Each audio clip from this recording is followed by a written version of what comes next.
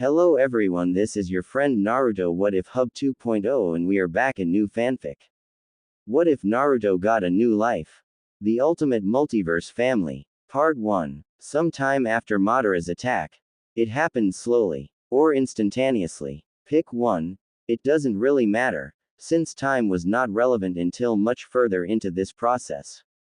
It began with the drifting together of particles, assembling into a rough human shape. Eventually, thoughts returned. A sense of time developed. A short time later, it was complete, and Conan opened her eyes. She wondered, quite naturally, if this was heaven. But when she sat up and looked around at the dilapidated buildings surrounding her small rectangle of grass, it didn't look very heavenly.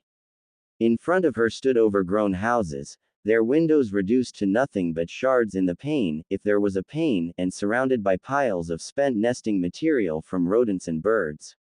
She had never seen houses in such condition.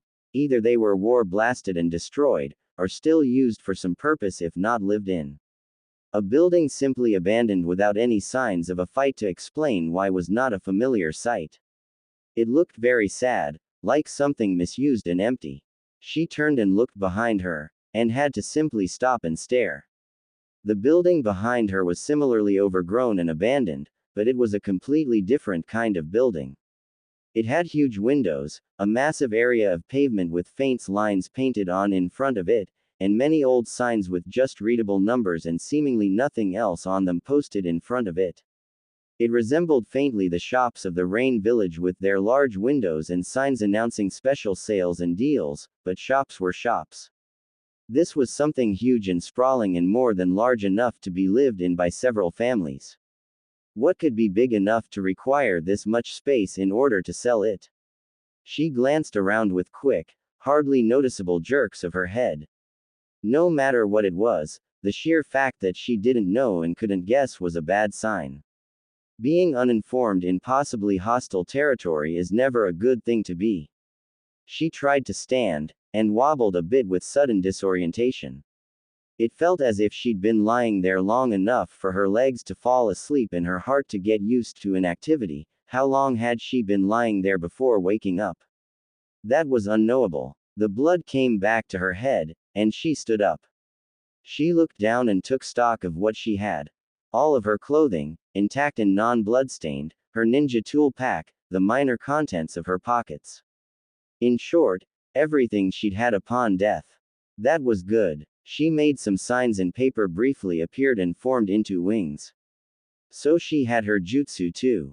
That was very good. There appeared to be no immediate danger, unless the diseases to be caught by urine-stained nesting material counted. The amount of broken glass made her very glad she wore such high boots, with decent soles. There was no telling who or what could be hiding among so many abandoned houses, but none of them had signs of battle and most had been very recently occupied by the sorts of animals that were the first to flee at human activity. In contrast to the openness and complete lack of defense provided by the large storefront, a maze of abandoned houses seemed much safer. She looked up at the pale blue sky with wisps of clouds floating in it. It looked almost mystical in how ordinary it was, how completely lifeless and uninspired. Rain clouds did not look much drearier. If this was heaven, it was at least as derelict as the buildings. She expected this wasn't heaven. If that was the case, how could she possibly have gotten here after death? She paused in the middle of the road and looked up and down its entire length. There were trees to the north, and none to the south. It seemed to be all stores in that direction.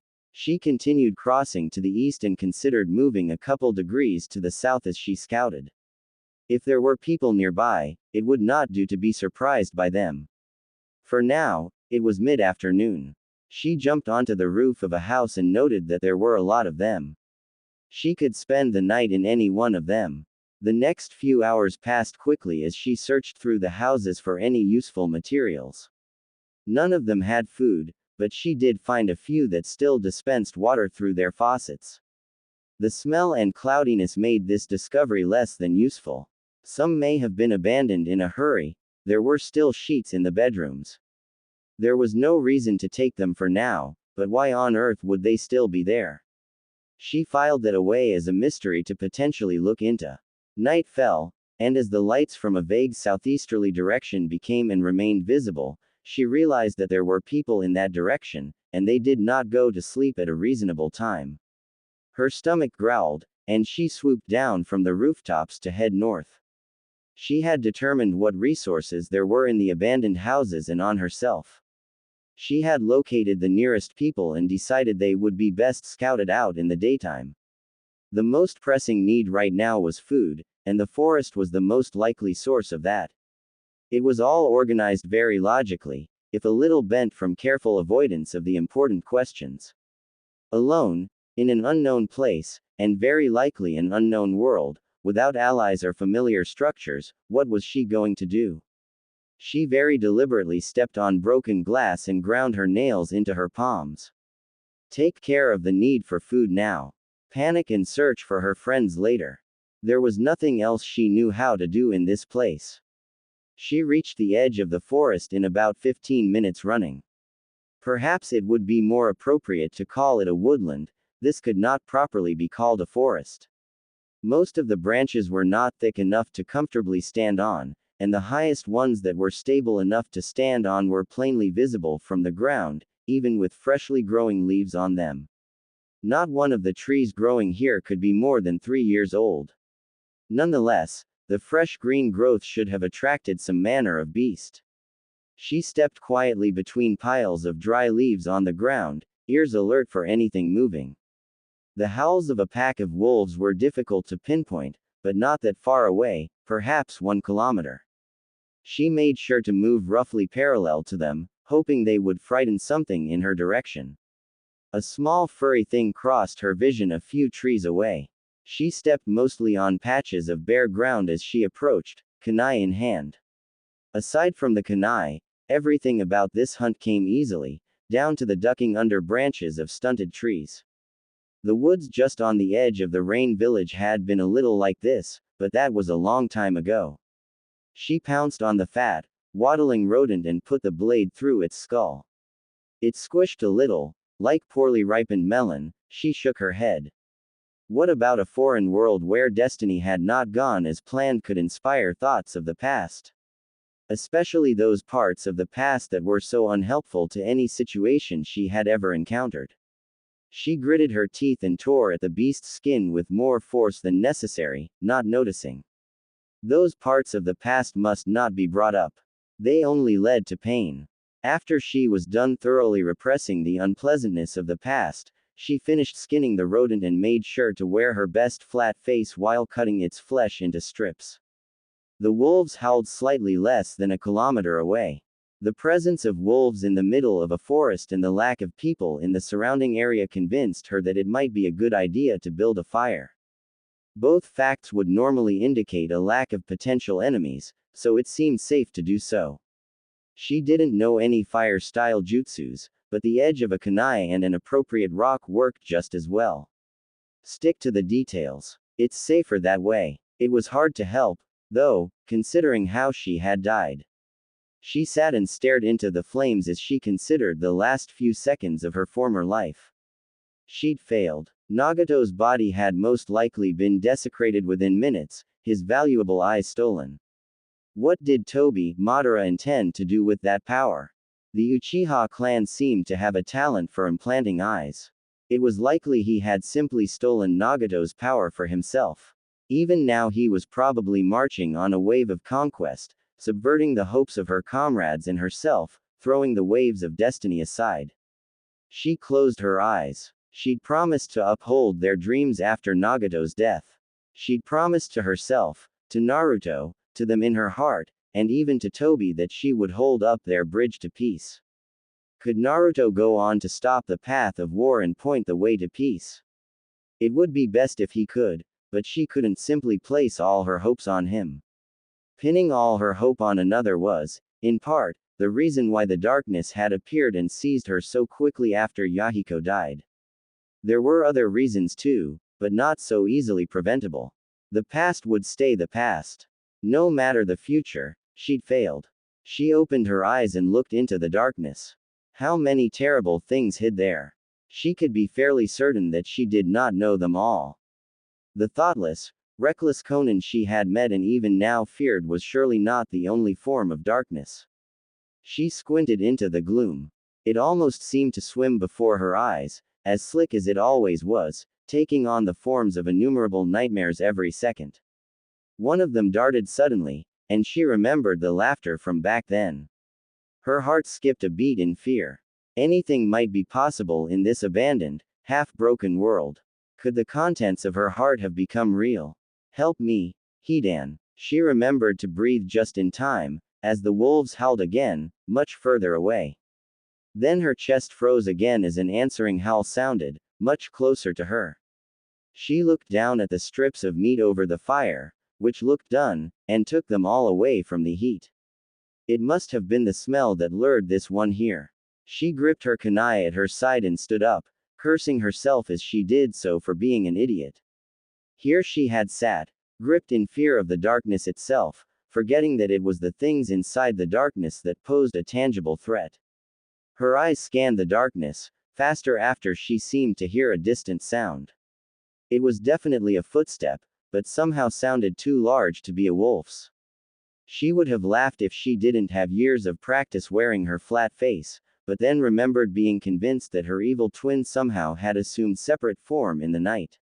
It would be hypocritical to laugh at herself for thinking of werewolves. Or would it only be hypocritical if she laughed at someone else for that? Her eyes narrowed at a distant shadow, visible only by a faint gleam that did not seem to be from moonlight. She waited as it moved closer. It was definitely human. Had someone snuck closer under the cover of the wolves? In that case, where was the wolf she had heard coming closer? Another mystery. She waited as the shadow approached. Judging from the shape she could see, it appeared to be that of a grown man. The gleam was coming from his hair. Was white hair common in this world? Or could it be an enemy of hers? She mentally facepalmed at not having realized that there was no proof she was the only ninja trapped in this world. Well, if this was another shinobi, the one thing she could count on was some sort of discussion before anything, battle or otherwise, commenced. He seemed to be alone. This was a very good opportunity for information.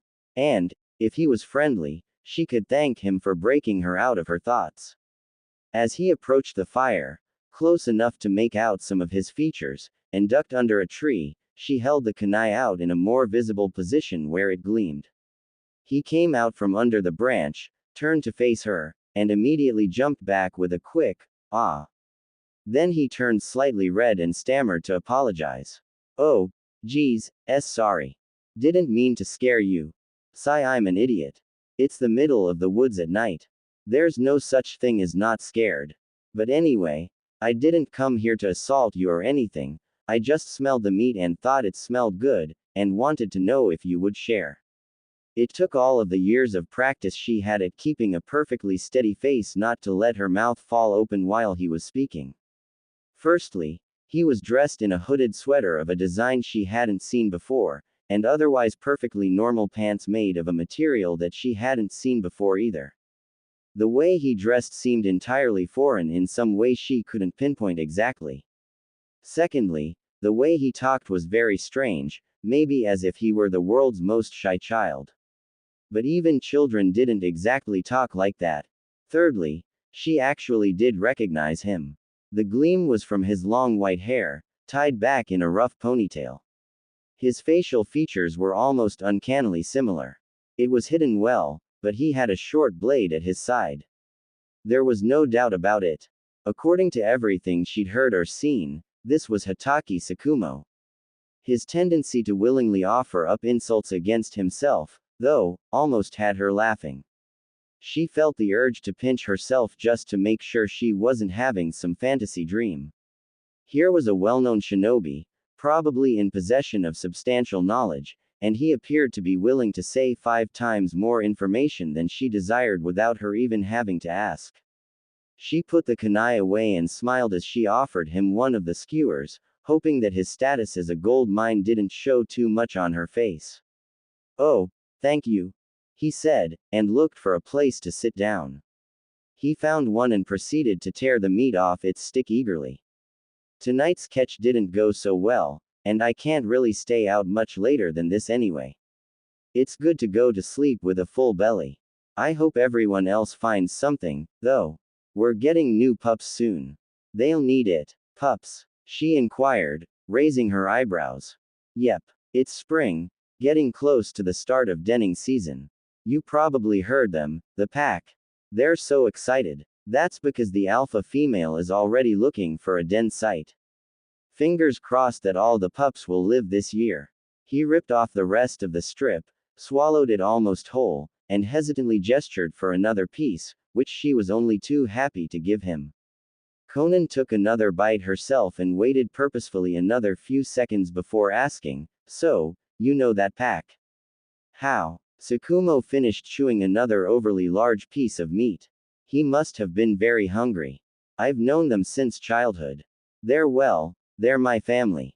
My cousins, mostly." The obvious response to that was on her lips before she suppressed it at the last moment. No way, that was a silly idea. She wasn't 3 and scared of the dark. Not that she could remember ever having been scared of the dark, until just a few minutes ago. This same foolish idea had occurred to her a few minutes ago, too. Maybe it would be good to engage in his terms for now. "Are you a werewolf?" He smiled as if sharing a joke and stated in a mocking way, "Nah, just a half-wolf, sorry." She silently stared at him and blinked slowly for an overly long stretch of time, until he realized he wasn't fooling anyone. "That's, exactly what it sounds like. I'm partly wolf. My mother was one. I promise, it's not exactly as perverted or anything as it sounds. I'm perfectly normal anyway. Just a normal guy, who happens to have a wolf family." His face was all flushed, and he couldn't seem to meet her eyes. "That is not any less weird than a werewolf, I know. I know. I don't know why I'm saying this much to be honest. Can I perhaps blame it on you being very charming?" His obvious embarrassment and slight fear went straight past her defenses and woke up the laughing, reckless part of her that was on alert for such things, so she reached over without thinking and stroked his hair, like with a pet dog. He froze, but began to relax. "Nah, blame it on the moonlight. It's the same as admitting you're a lunatic, but nobody notices." She smiled and ran the edge of her boot along his leg, then pushed his head away dismissively. She forced the last of the skewers into his hands as she asked, "You must have other half-beast buddies of yours, right? I'm sure they're fascinating. Anything else special about your people?" Well, yeah, fascinating. We're really strong." A blush of a different nature remained on his face now. She bared her teeth and thought triumphantly, "If I cut his face open right now it'd shoot geysers." "Cut. No breaking things yet. I need to find more." He squeezed his eyes shut and regained composure. "I mean, yeah, we're really strong. I have no idea how. I don't remember going through special training or anything, but I can punch through a tree somehow. Durable too. I mean, we're durable too, because my fist doesn't break from doing that.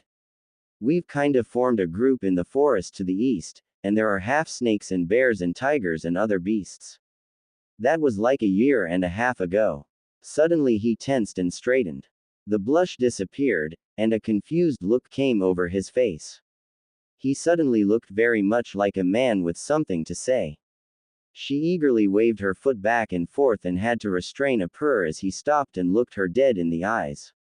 "That's when the first of us started to get together, I mean. A year and a half ago. It just didn't make any sense to them anymore. I joined only a few months ago, because that's when it stopped making sense to me. Before that it made perfect sense, like of course people can have totally different species for parents, that's not strange at all, happens all the time. I just could not notice that was weird, as if something was keeping me from seeing it. I didn't even think about it. Nobody did. It was unreal." He stopped to catch his breath, and her foot resumed waving back and forth. That wasn't all. He was on the edge of something. Just a little push. She leaned forward slightly, careful to narrow her too wide eyes so not to scare him, and breathed, so.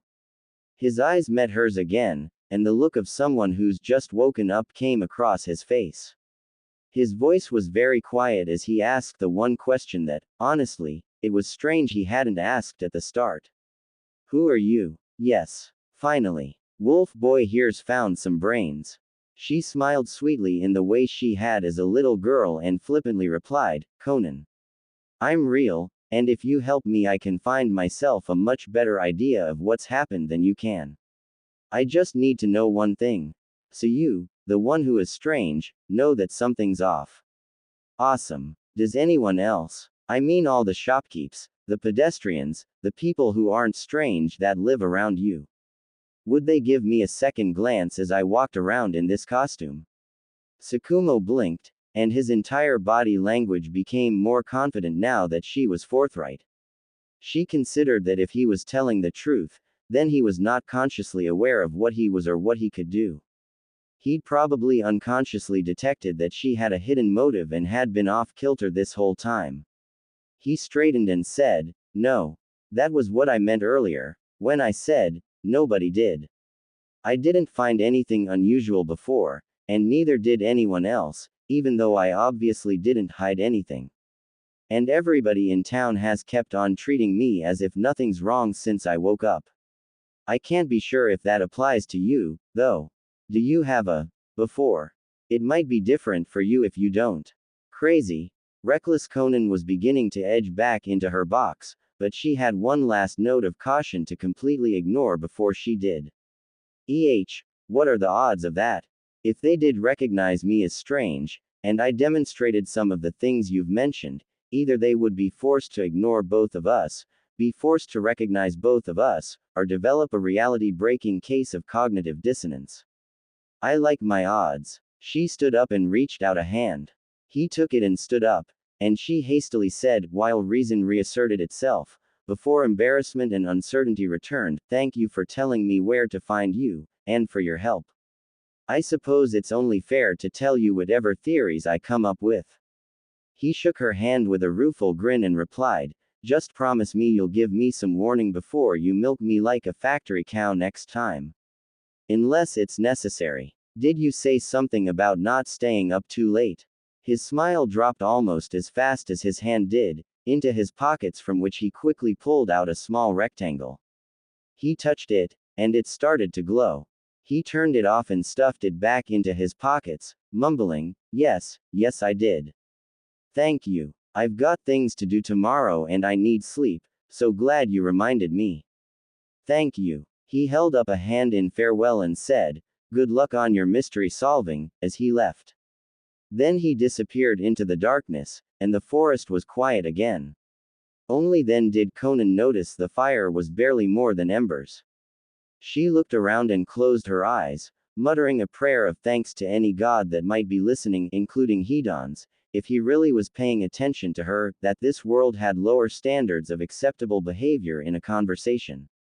She thought of running her boot along Tsukumo's leg and felt slightly nauseous.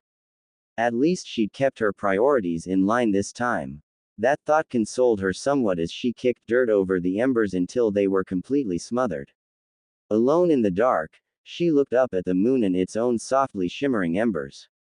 Good moves there. You're crafty. I particularly like the whole, slightly crazed, wondering if you should kill him now, part. You sure look interesting. Let's play sometime, said a voice right behind her, just over her right shoulder. She of course spun around as soon as it started speaking, but there was nothing there as the voice finished its compliment. A giggle came down from high in the treetops where no human's weight could be supported, followed by a whooshing sound much further away. Then she was alone. Again. What the hell was that? She looked all around her, knowing it was useless. Her pounding heart commanded her to check anyway. She sent up a silent prayer of thanks again for Tsukumo and his wonderful information. Clearly not much of what she knew was applicable to whatever place this was. She could only thank random gods that that situation would soon be remedied. As she turned and ran faster than was necessary back to her nest for the night, she pieced together in her mind the good news she had gotten so far. I was right. Other shinobi who have died are somehow coming back to life in this world. But, according to him, all the others have memories of always having lived here.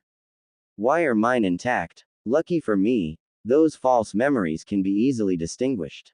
The time estimate he gave suggests that this phenomenon began a year and a half ago, at least, if I take the moment their existence became real, as the moment they actually came back to life here. She promptly tripped over a branch in her way and had to put out her hands to catch herself.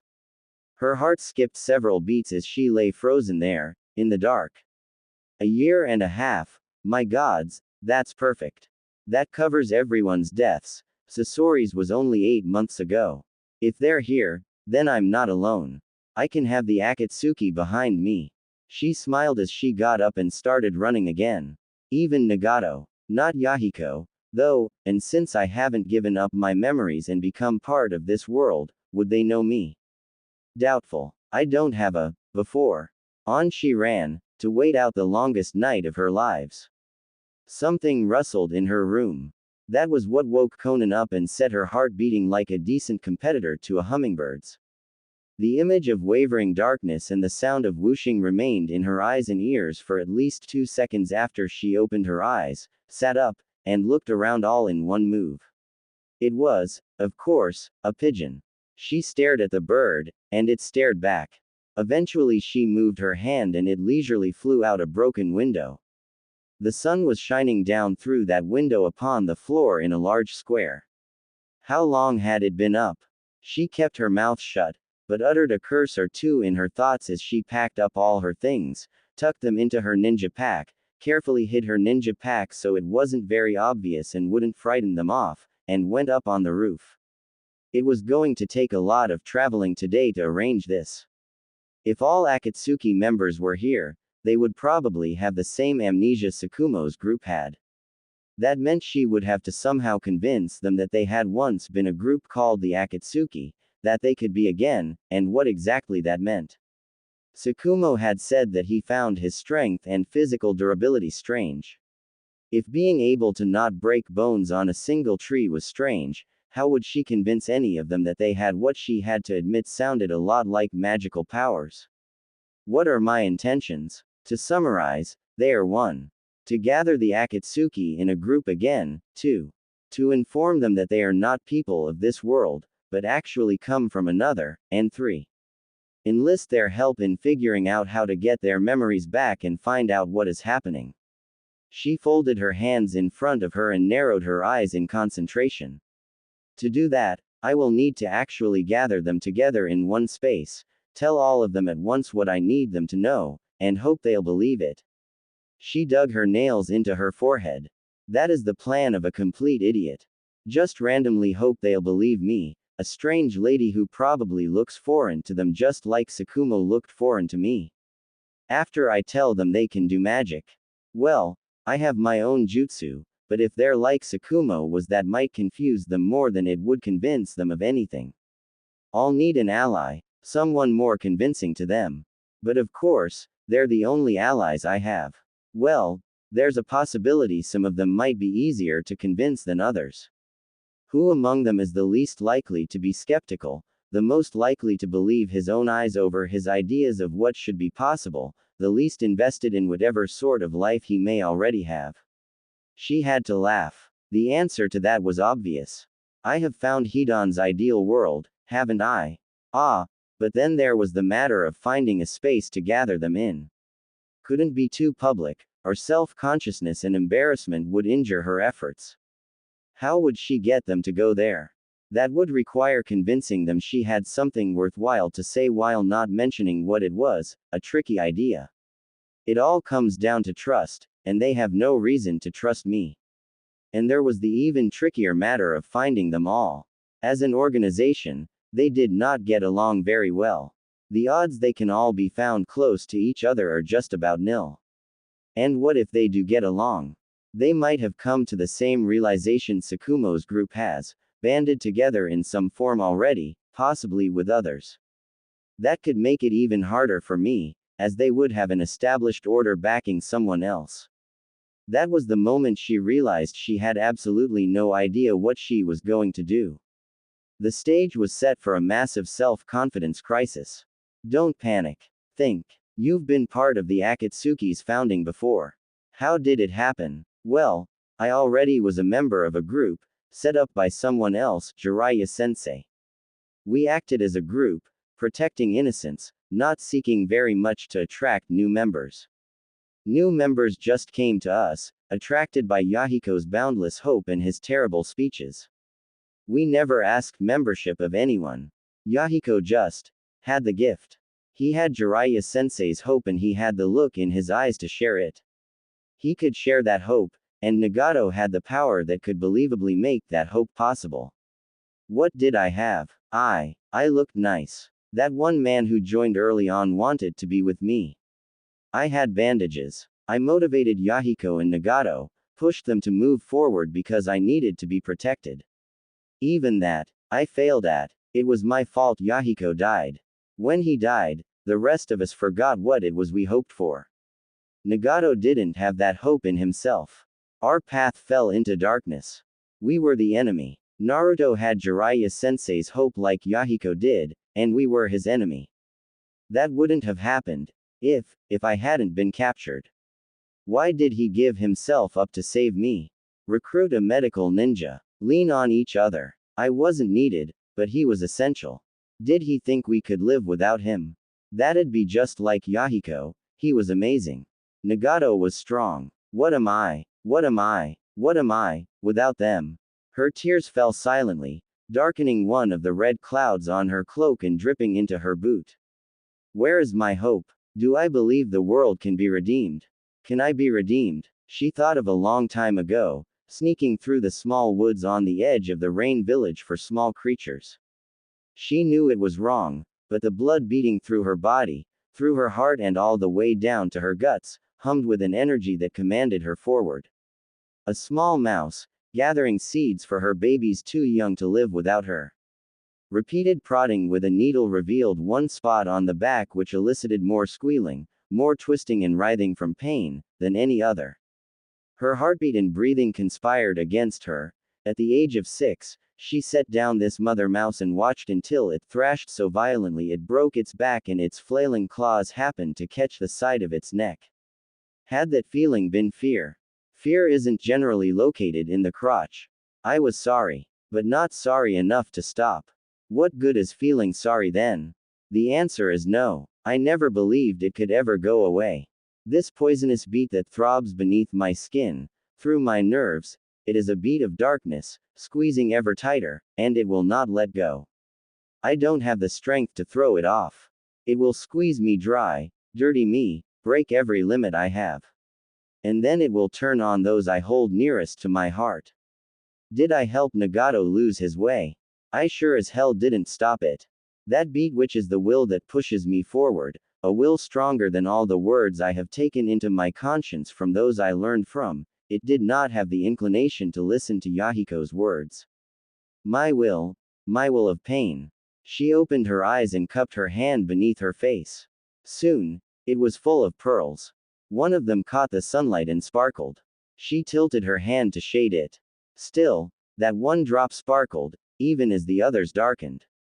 It dripped from the edge of her thumb, and became a little red sparkle on her cloak. So she crushed it with her palm. That spot of red still seemed brighter in the sunlight. It was determined to be eternal. Suddenly, she recalled something she had once heard about eternity. It was as they were sealing one of the tailed beasts. Hidan was very annoyed that he and Kakuzu hadn't been the ones to capture it. When were they going to get a Jinchuriki to fight? Why did it have to be money, money, money all the time? Kakuzu pointed out that his sacrifice ritual was good for killing, not capturing, and bounties were useful dead while Jinchurikis weren't, but it didn't even slow him down. When would he get to make the decisions for once about what missions to agree to, and on and on. Nagato, as Pain, finally had enough and snapped that the organization needed money to achieve its goals, that its goals were the purpose of his membership in the first place. Hidan had not agreed with that statement. The would you know about purpose? He'd asked. What are our goals, again? Oh, that's right, power. Last I heard, power was good for two things: getting what you want, and keeping it. The point of power is to make yourself happy. If you're not happy, your life is nothing but stinking trash swirling down someone else's gutter. If you're not happy, and you have no plans to be, that's what the real death penalty is. All these people I hear, saying shit like, let's change the world. Let's help others.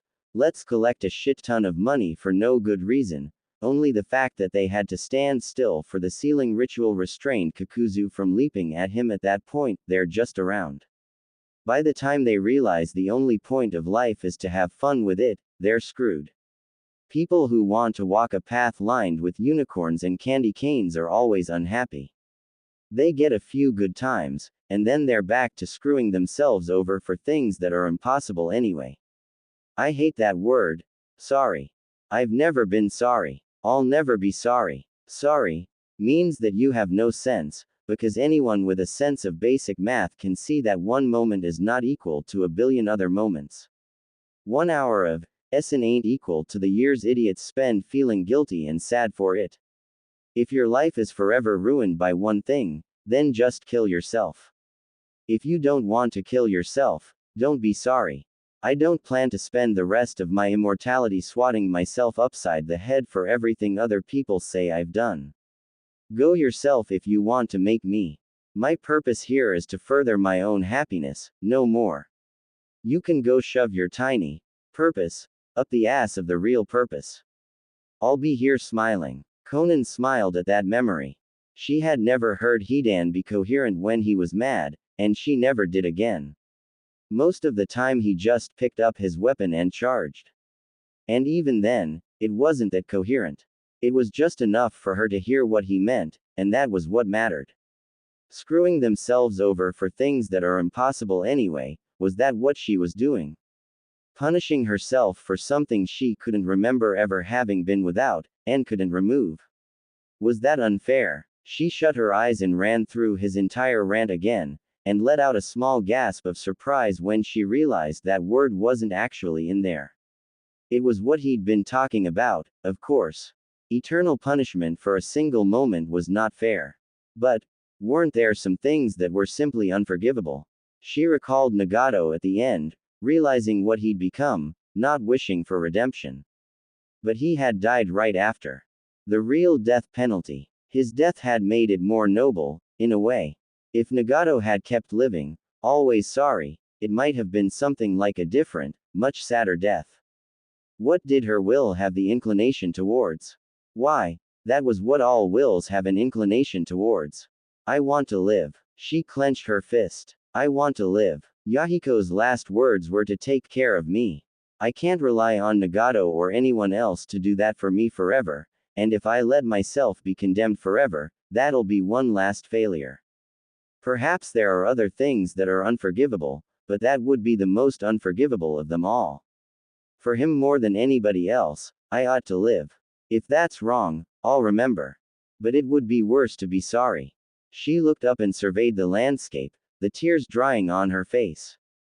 There's one thing I have. It's never been in agreement with me, so I usually don't count it, but nonetheless it's there. For better or for worse, there is this impenetrable will inside me, which nobody can stop or turn. She clutched her stomach. I can make the Akatsuki again. I will make it again. I know, because I can feel it. This is what I am. I am in alignment with myself. Having settled that, Conan decided that, until she got everyone together and could hope for Hidan's support, but of course who knows how helpful he'll be. If they know him enough to trust him, they probably know he's slightly nuts, and even if she didn't get said support, she still wouldn't be alone. She would be her own ally. That's a riskier gamble than betting on Hidan. At least he's sane. A very desperate gamble. But, I am desperate. So, she turned inward and asked herself what to do with all this uncertainty. Wing it. It'll be fine, whatever happens. What are you worrying so much about? Ah, yes, the old, who cares, line of reasoning. So, stick to the plan she'd originally come up with. If things didn't work out, find another direction to pursue, all would be well. I'm starting to sound less than completely there myself, but I promised. Step 1. Find a place to gather them all together for her pitch. An abandoned house would make a terrible place for them to believe her. The site should be somewhere not so remote, larger, better maintained than these glorified rat nests, yet not somewhere they would feel the influence of societal expectations of reason. In other words, a larger building closer to the town that was also abandoned but not for as long. A feeling of warmth seemed to unfold in her chest at these thoughts.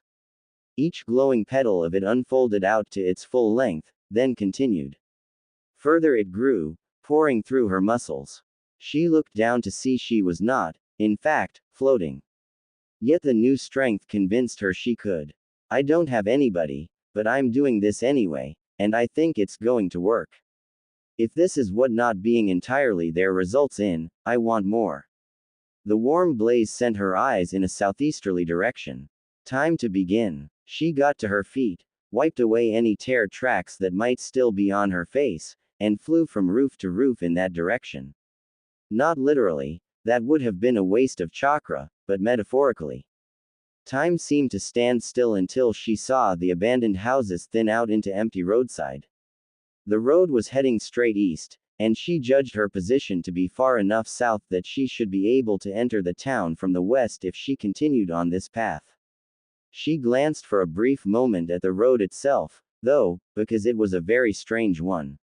It had colored lines running along its length, yellow in the center and white on each edge. It was smooth black rock as well, not a dirt path, but that made sense because a dirt path could not be painted on. The direction of causality might flow in the other direction. It had been paved first, then someone realized that made it good for painting, but that was highly unlikely. Paved roads in the city made sense, but this was not in a city. Why would anyone go to such expense to pave a traveling path? As far as she knew, traveling paths between settlements were mostly used by people on foot and the occasional carriage. Wait a sec. She looked at the lines again. The space between them appeared to be perhaps half a meter more than the width of a carriage, and there were two such spaces.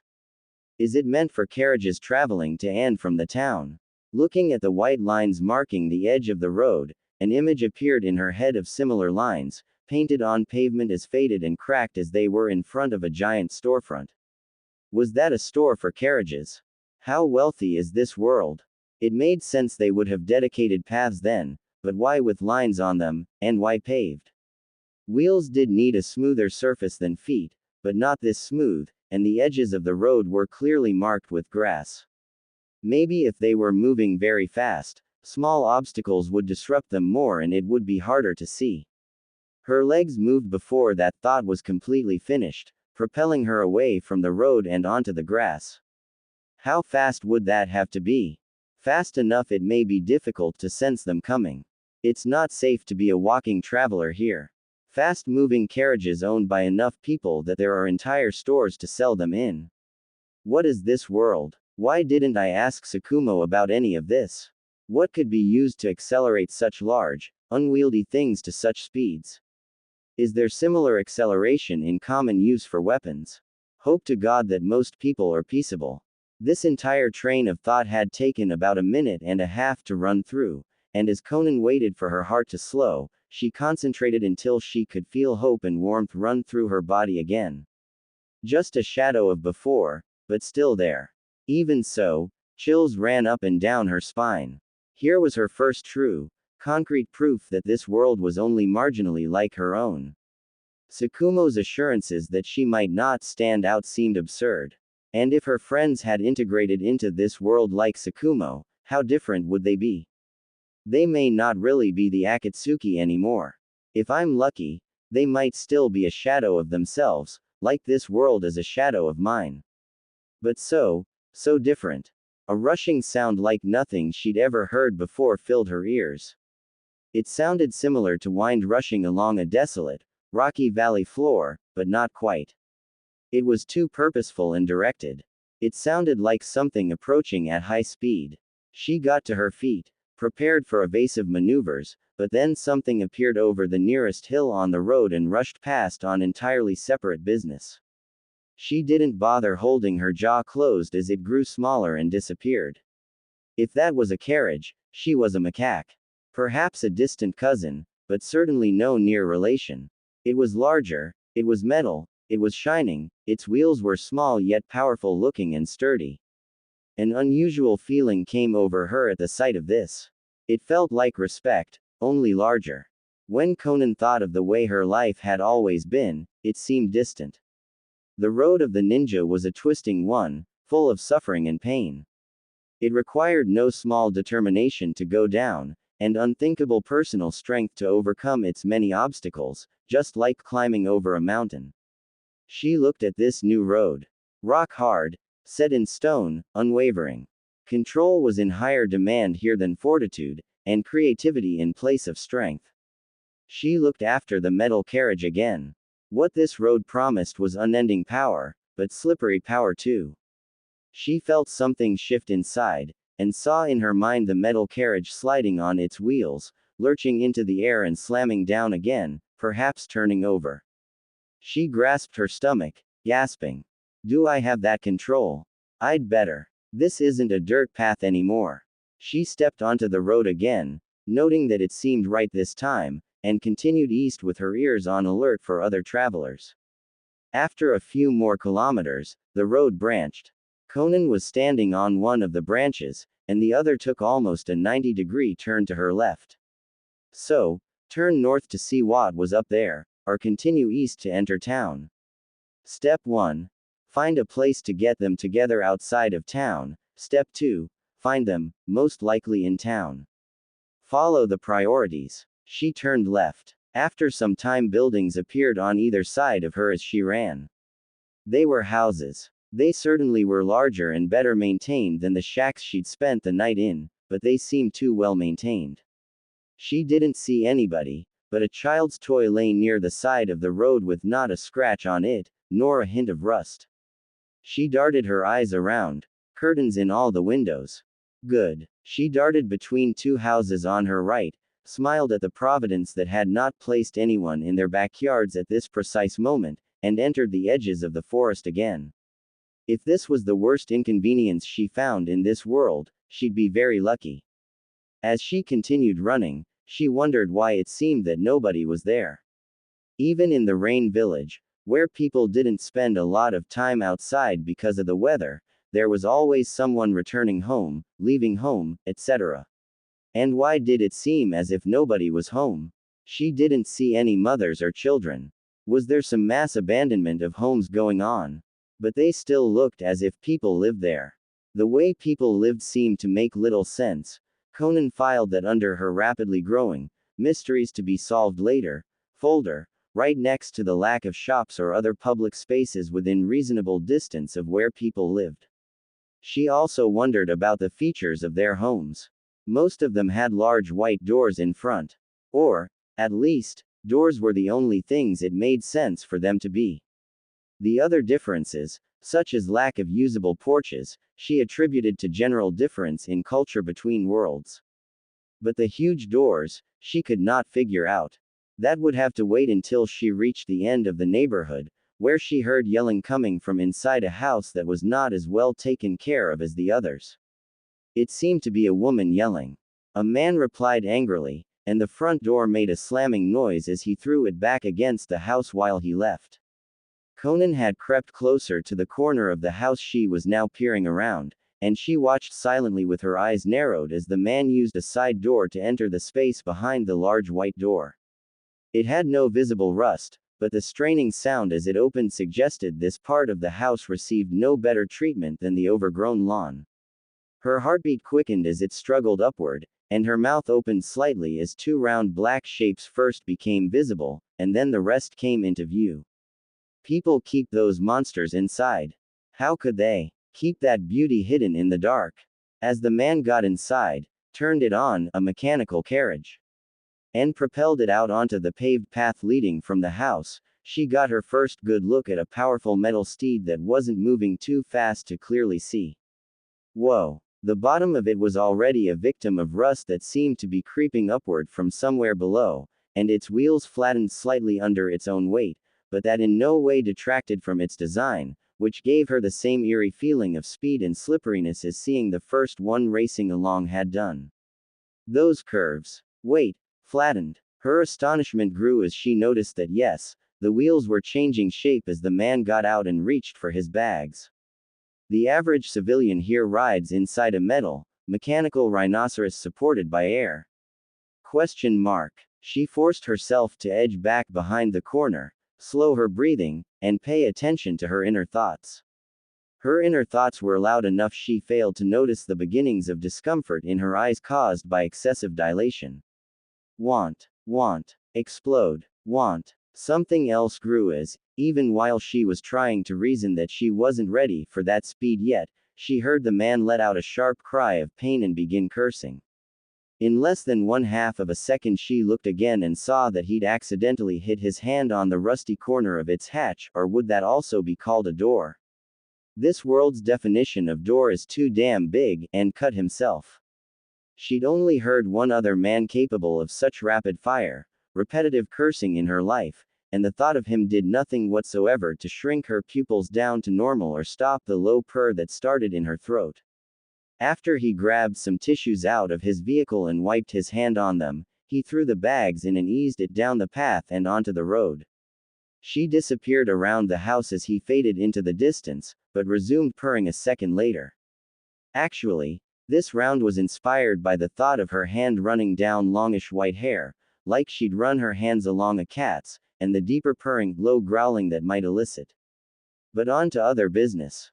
Conan pressed her thumbnail into her palm, blinked hard, and returned to the corner of the house. There were no more houses beyond his, the road seemed to fork at that point. She promised to get herself one of those machines as soon as possible, reason be damned, and went to check out the fork. One side curved back east, toward the town. The other went away from town, in the opposite direction. There were no priorities to follow this time, as neither path clearly indicated that it led into town. But, she recalled that one of the characteristics of her ideal place was that it should be abandoned, and she saw that the yellow lines on the road leading away from town were patchy, cracked, and the road itself had holes in it. Not gigantic holes, clearly it had been maintained sometime within reason, but certainly not as often as it needed. Abandoned, but not too abandoned.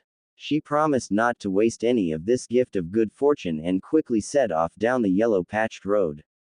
Despite her earlier anxiety, fortune was swinging her way. Not for the first time, Conan wondered what, exactly, her inner will was and why Hidan was always telling her about Jashin-sama as if he was extremely relevant to her life. He can give me a necklace himself if he wants. I'm just going to see where this new road leads. Onward. The sun warmed her hair and dappled the flower in it as she ran.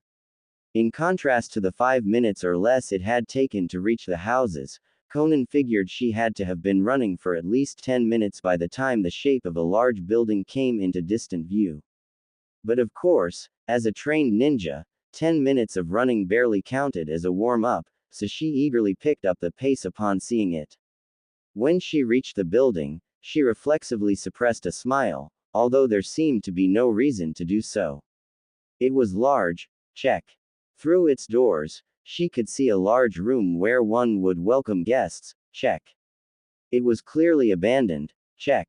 But it was still in good condition, with even its pale outsides not much tarnished, check. She examined the large paved area in front of it.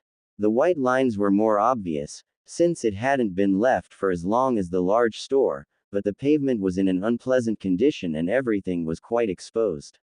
Conan, as a ninja, did not like the last one, but of course she realized that may not matter to the others.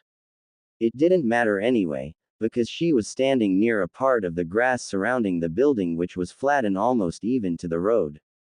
There was no reason those things couldn't move over such flattened grass, and she investigated the side of the building to determine that yes, there was a path leading to a flat area of dirt next to the building. The entire back and some of the sides were surrounded by the forest which was pressed up against this building, so that area was decently hidden. Just to make triply sure, she raced to the front and opened the door, stepped inside. The welcoming area seemed uncomfortable in some way she couldn't identify. It may have had to do with the crack in one wall, so she moved into the rest of it. The ground floor had several large rooms, but only one caught her attention as she passed. As with the welcoming room, she couldn't be sure why. It had a long counter to her left with shelves above, and the right had some short cabinets. In between, the floor was tiled with some sort of decorative pattern in white. The lights on the ceiling were not extremely harsh, but seemed to have dulled over its time. She retroactively realized that the building also had electricity.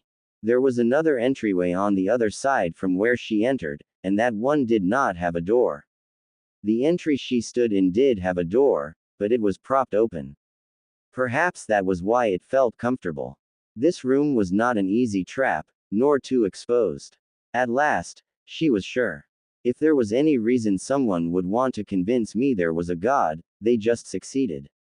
I have no idea why, but something inside tells me this is not too good to be true. It's just too good to be coincidental. It could be luck, but a flicker of a thought went through her mind. It asked, "Why are you believing in these things?"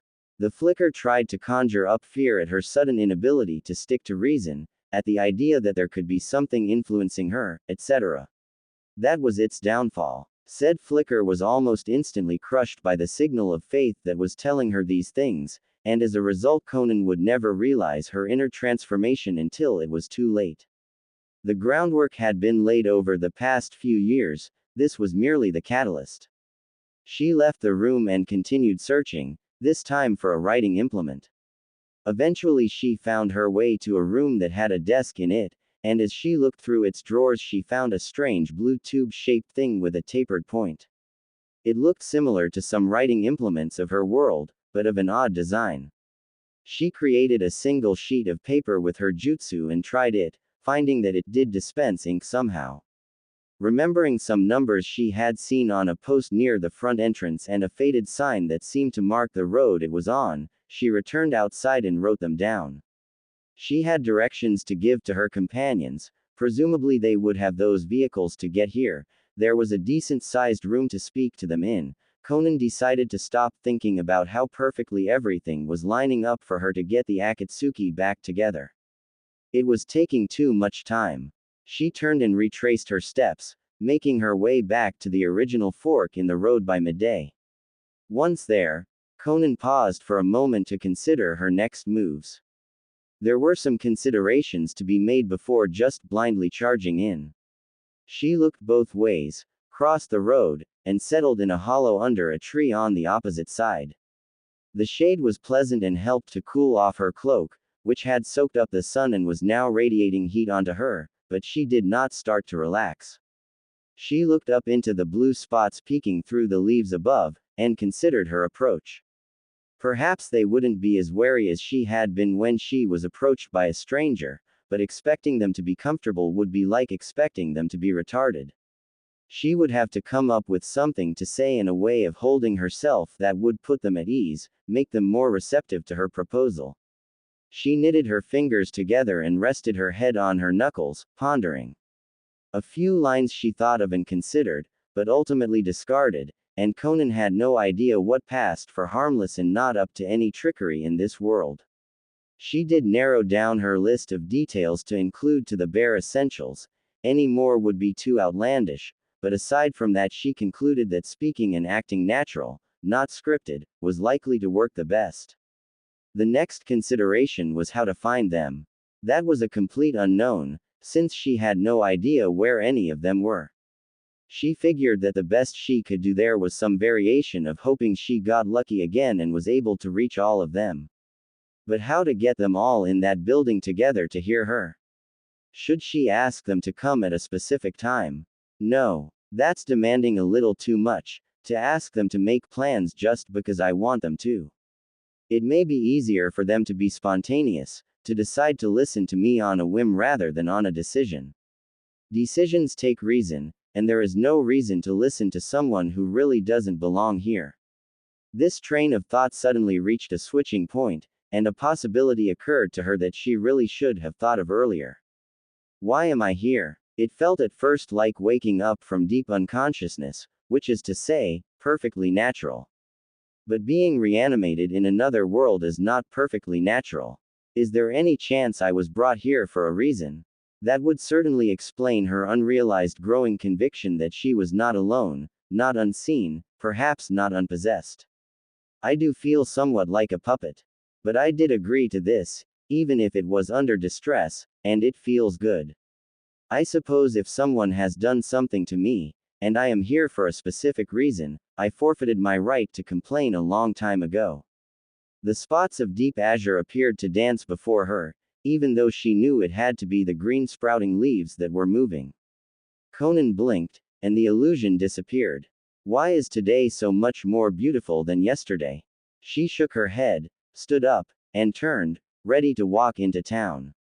How can I have lived my whole life in a state of uncertainty, never knowing, having to make my own answers, and yet not encounter such sprouting fields of questions before today?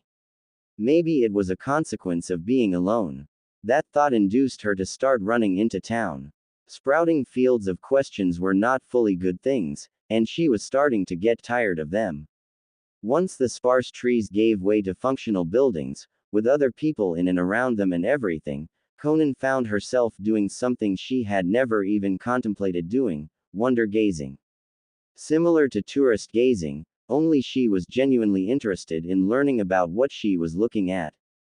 Of course, for the first few streets she remembered that her plan hinged, at least partially, on going unnoticed, and so she made an effort to walk as if she belonged there and all was normal while discreetly observing the civilians she passed.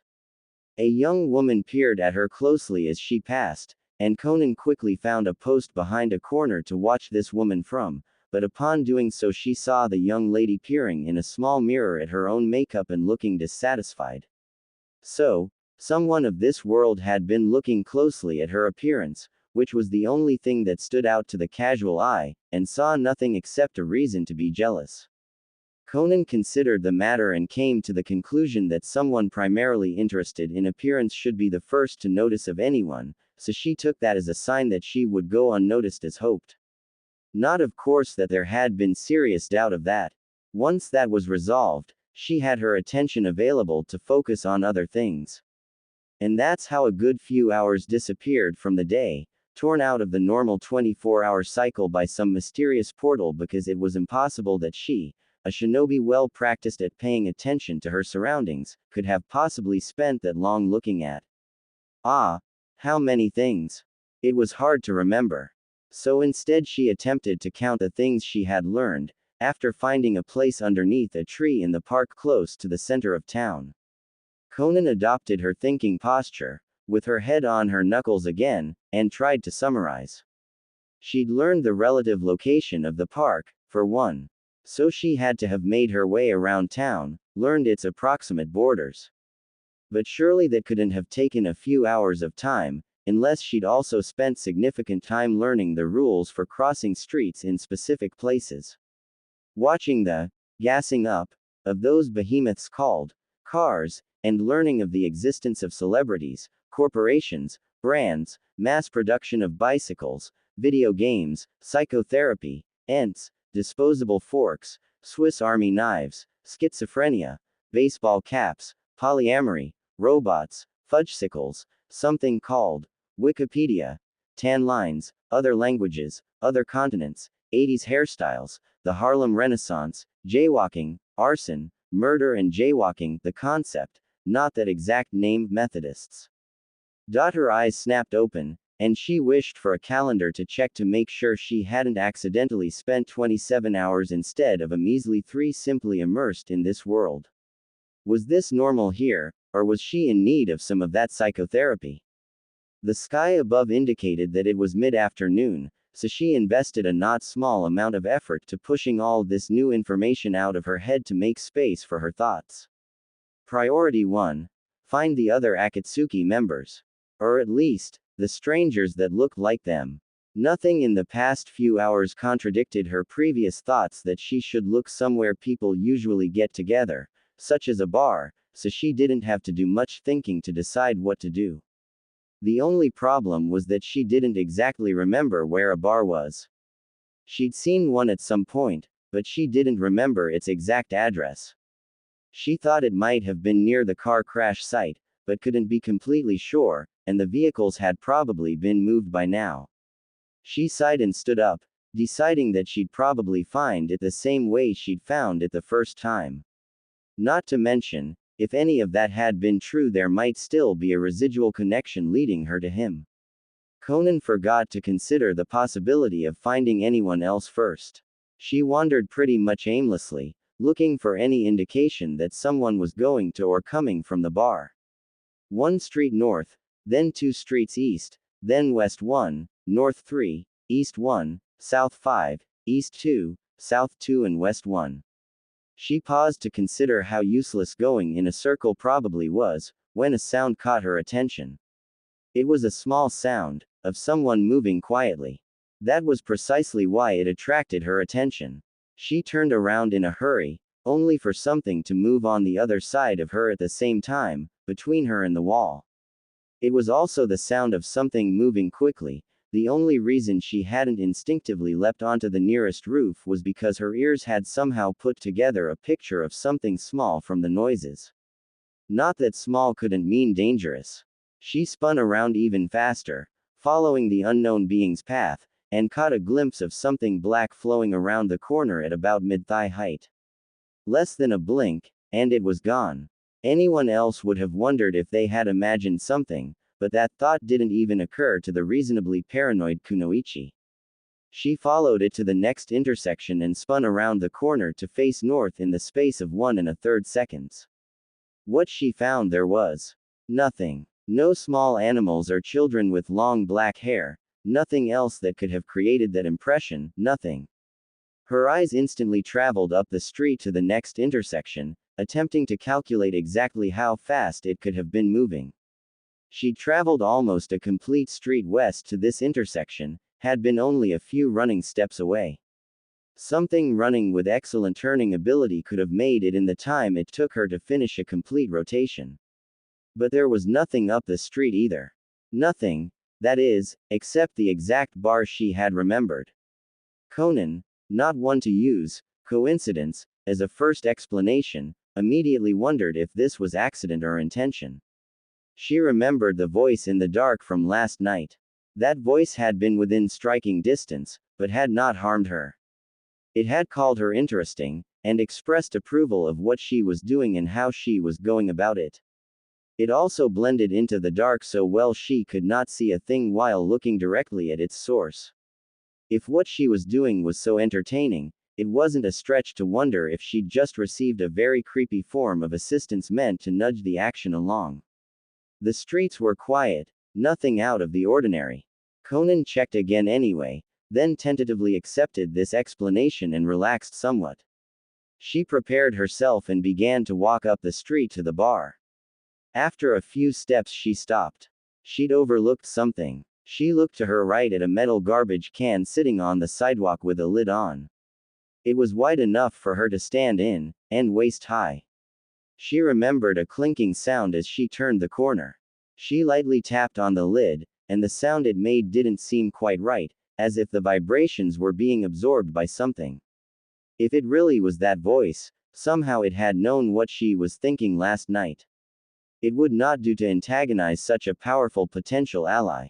If it was not, then it would also not do to antagonize someone who just wanted to be helpful. She rested her fingers on the lid and said softly, "Thank you," then turned and continued on her way. She was wrong. As her form grew smaller and more distant, the lid of the garbage can clinked again as it tilted, and lifted up very slightly. A small pair of eyes watched her go.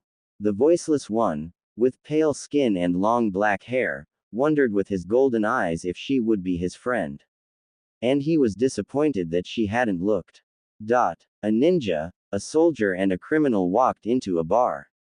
Unlike the others, the ninja was not here to have herself a good time.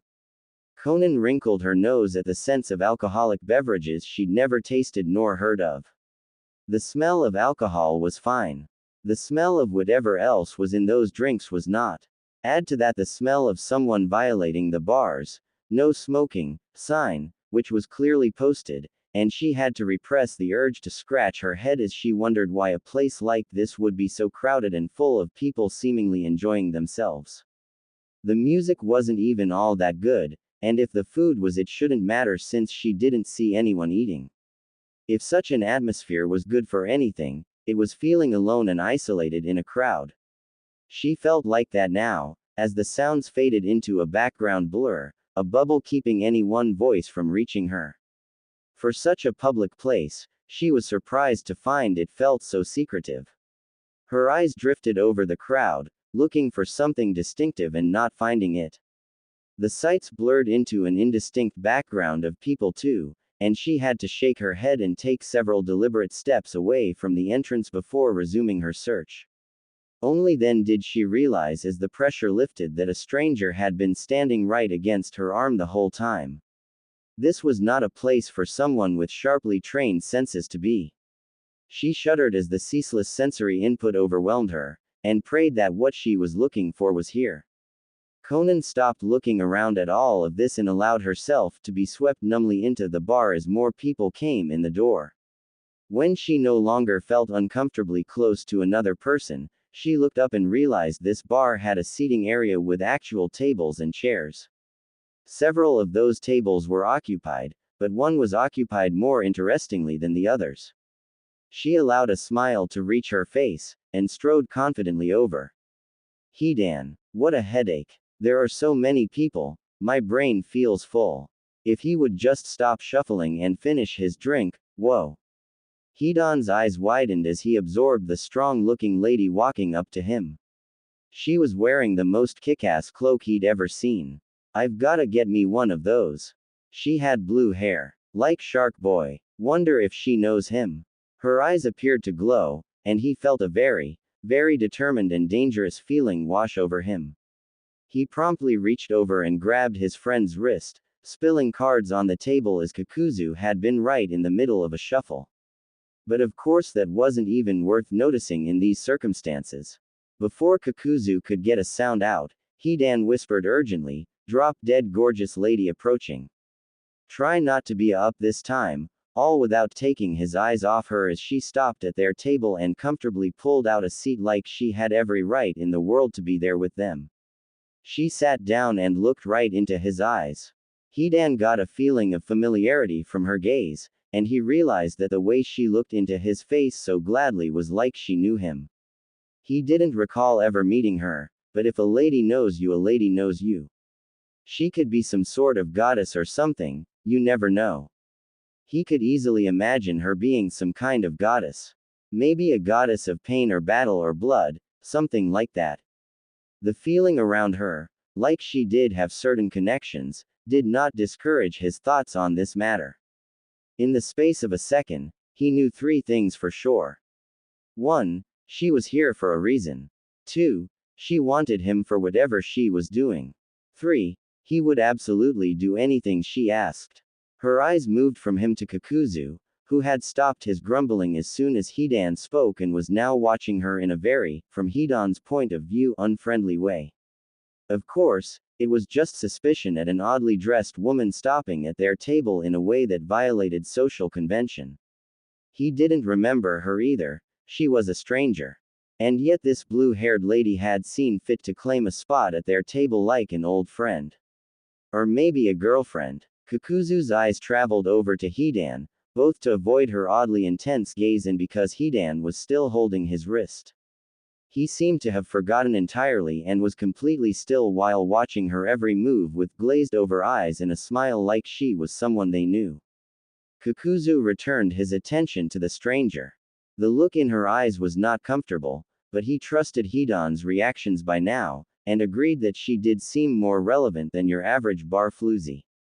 His fingers fumbled as he pried Hidan's from around his wrist, and Kakuzu found himself hoping despite his size and strength that she would look back at his half-companion so he could take back his usual role of watching silently while Hidan handled the weirdos. Not that she seemed merely weird. The woman smiled out of the blue and looked down for a moment. Then she looked back at Hidan, who correctly interpreted her smile as amusement and realized how she must have looked to Kakuzu. Holy crap. I've never felt Kakuzu be intimidated like this. Oh, I forgot words. Why do I feel like I do know her somehow? There's something in her. No, around her, with her. No, that's not it. Something that I definitely know. He reflected her smile back, and there was a moment like they were sharing a private joke.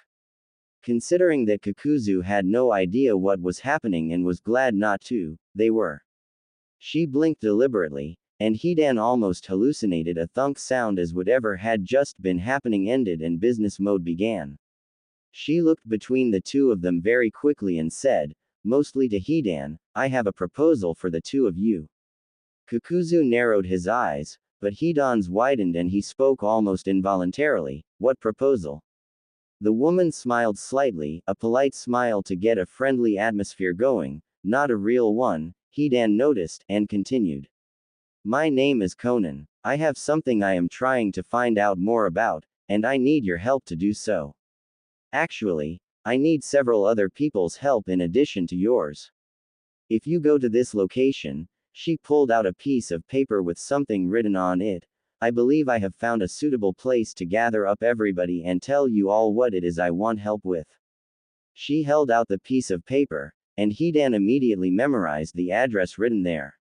Kakuzu decided to break from his usual role and said, I'll need more information before I trust your word on this.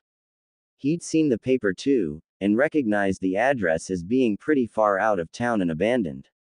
After the effect her gaze had had on him earlier, he wasn't so sure that she would be unable to do anything to them, even if she was telling the truth about needing other people there as well. Conan didn't have any arguments against that. She looked at Hidan, and experienced a small twinge of relief at his glaring at Kakuzu. Kakuzu looked back, and Hidan just huffed and said, I'll be there. Any time. No, I'm not sure how long I'll need to gather everyone else.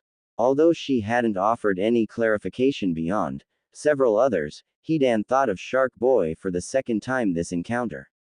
Well, if you go outside, turn left and walk 2 blocks, then turn left again. There's an aquarium where a guy the first knows should be getting off work soon. And if you don't turn left, but keep going for another block, there's a gas station with another guy the first know. Conan smiled slightly, but Hidan could feel her practically flowering. That was such good news. As usual, he reflected this feeling and was glad he'd told her, no matter how strongly Kakuzu glared at him. She tucked the piece of paper back into a pocket hidden under her cloak somewhere and got up to leave. When she stood and looked down at him, Hidan felt a sudden itching of his fingertips, a desire to touch. He wondered what that might be since she was totally covered up and all, and then realized the feeling was coming from her. He became aware that he was not covered up in the slightest above the waist, and quite glad for that. The unknown thing he'd felt earlier between them didn't disappear as she walked away, it just felt like it stretched somehow. He knew her, somehow. And he would make Kakuzu drive him to that address if he had to rip off his own arm and use it as a spear to do it. Speaking of which, he turned to glare at Kakuzu, who was staring at him with an expression that said wow. Just wow. Kakuzu raised an eyebrow upon seeing the look on his face and sighed. We're going to meet up with your new girlfriend no matter what I say, aren't we? Yes, we are going exactly there, and you will listen closely as to whatever she has to say. I'm glad you've finally learned some sense. Hidan sighed happily and sat back in his chair, folding his arms across his chest. He then opened his eyes and got a confused look on his face for a few seconds before turning and asking, wait, did you say girlfriend? Kakuzu decided he probably wouldn't get as good an opportunity for some teasing ever again. Yes, I said girlfriend. Not that there's anything wrong with that, it's about time you settled down and stopped living like a caveman in the woods. You're about at the age for settling down, maybe marriage, perhaps even kids. Hidan looked like he was going to explode with some combination of embarrassment and anger and end this line of thinking, so Kakuzu quickly added, and you should work on not looking so love-struck in public. After swooning that visibly, She definitely thinks you're an easy mark for any favors she wants. I wish I had thought to pull out my phone and take a picture, it was so artistic. You could be in a museum exhibition of human emotions. Hidan held himself back just in time from breaking the bottle Kakuzu was allegedly not done drinking from and threatening him with it. Instead, he reached over and slapped Kakuzu's hand like it was a misbehaving puppy. Shish, shut up, you moron. I wasn't lovestruck. She just felt really powerful and like I knew her, and I'm pretty sure there was or is or should be something between us that I don't know what it is. Off. Kakuzu decided to let him dig his hole deeper. I don't want any of that shit with her. She just looked kind of amazing and sweet, and I'm really sure that whatever she has to say will be awesome. Yeah, maybe a decent lay too if she wants to go for that. But that's not what she was here for, and you know it. Hidan stumbled upon a strategy that might be much more effective, and changed tactics. Besides, I'm pretty sure I felt you cowering and shit when she was looking at you. You know exactly what I mean when I talk about that look in her eyes. It was like she could have taken care of you in a heartbeat, and you know it, you coward. Don't go accusing me of anything when you think she must be pretty awesome too. Kakuzu was pretty sure that any moment now people were going to start looking, and he was ashamed to admit he had felt a shrinking fear-like sensation under her gaze. I'm no coward, and I will sell you to the zoo if you say that ever again. But fine, if you want to deny it, go ahead. Just don't come running to me if you want a wingman to help you ask her out. Hidan didn't break the bottle, but he did sweep it off the table where it smashed to the ground, made a hazardous mess, and attracted the opposite amount of attention from what Kakuzu had been aiming for. Did you just say I'd need help? Kakuzu fumbled again as he hurriedly picked up his cards and tried to avoid meeting anyone's eyes. Shut up, you brain-dead idiot. He cursed himself under his breath at the same time for using the H word. That had never once, ever, been a good idea. That word was only good for provoking Hidan into something stupider than usual. What was he thinking? Yell at me outside if you want, just please stop now. Hidan clenched his fists and stormed out theatrically, headed for the car. Kakuzu left money on the table to cover their drinks and the cleanup and left soon after. As he pulled his coat over his tank top and thanked God he normally wore a mask to hide his stitches, he was forced to ask for the umpteenth time just today why he put up with Hidan's ridiculous childishness. At that moment, all of Hidan's many competencies just didn't seem like enough. Conan. As she walked out of the bar, a noticeable wave of lightheadedness hit. She moved aside and stopped for a few seconds to marvel at the fresh air and presence of light. Now that she thought about it, the bar had actually been surprisingly dark when you looked past the plenitude of things to look at.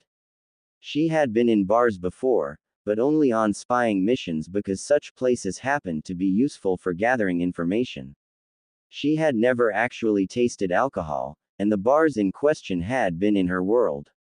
If he hadn't been there, this lack of experience might have seriously injured her efforts. But he had been there, shirtless and with his hair combed back, looking just like he usually did.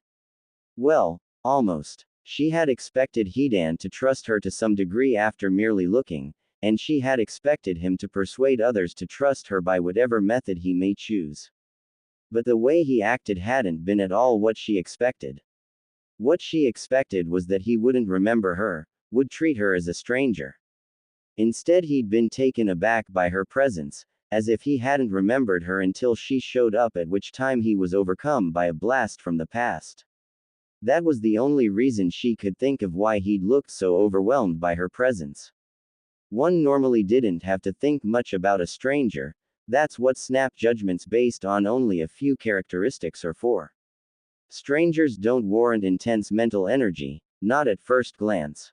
Yet intense focus and thought was what she'd gotten, and Conan could not think of any reason why that might be. The only way this general rule of human interaction could be defied was if the stranger had some characteristic that was particularly interesting, which she did not seem to. They weren't strangers, but he wasn't supposed to remember her, or if more information was available than just a few characteristics. She knew well the surprisingly high quality of Hidan's eyes, so it was possible that upon first meeting he could have learned much more about who she was and other things simply by looking. She didn't think he could have seen enough to be so overwhelmed by, though. Had something changed for him? Her senses restored, Conan turned left and proceeded to follow Hidan's instructions. The buildings did seem to be grouped in rough rectangular shapes, so she guessed that blocks meant intersections.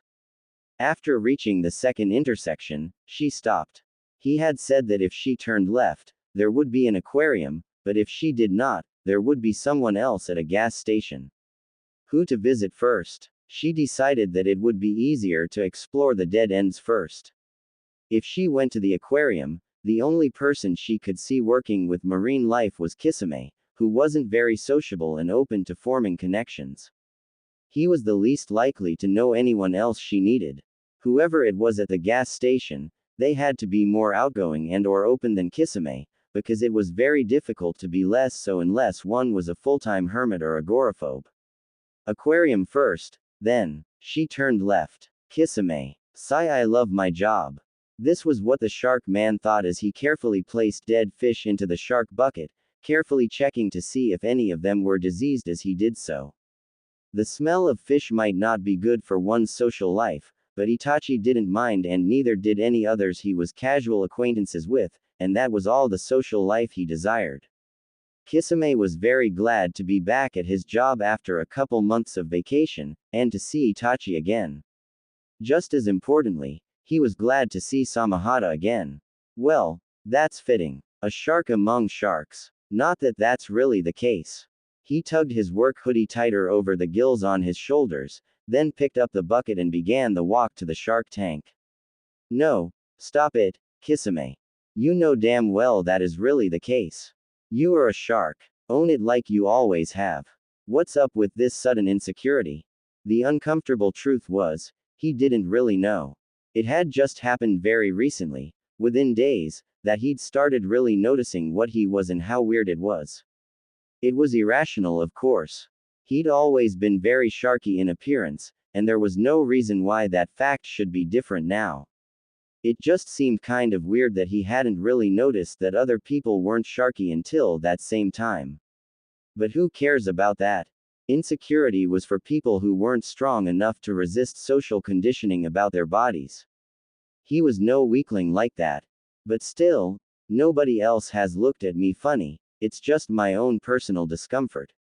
For my own comfort, maybe I should find out why I have scales and gills, etc. Facts are facts, and the facts are that's abnormal. Okay, that was a way of stating it that was acceptable. Not general insecurity about appearance, just curiosity about a phenomenon he'd seen. That was cool. Also cool were the waters of the shark tank. Kisame looked up at it, observed how easily its occupants swam, and scanned the bottom. His favorite of its fishy residents usually rested on the bottom, which he fully recognized was not something that sharks were able to do. Well, some species were, and he didn't really know what species Samahata was, but even they did it only by pumping water over their gills.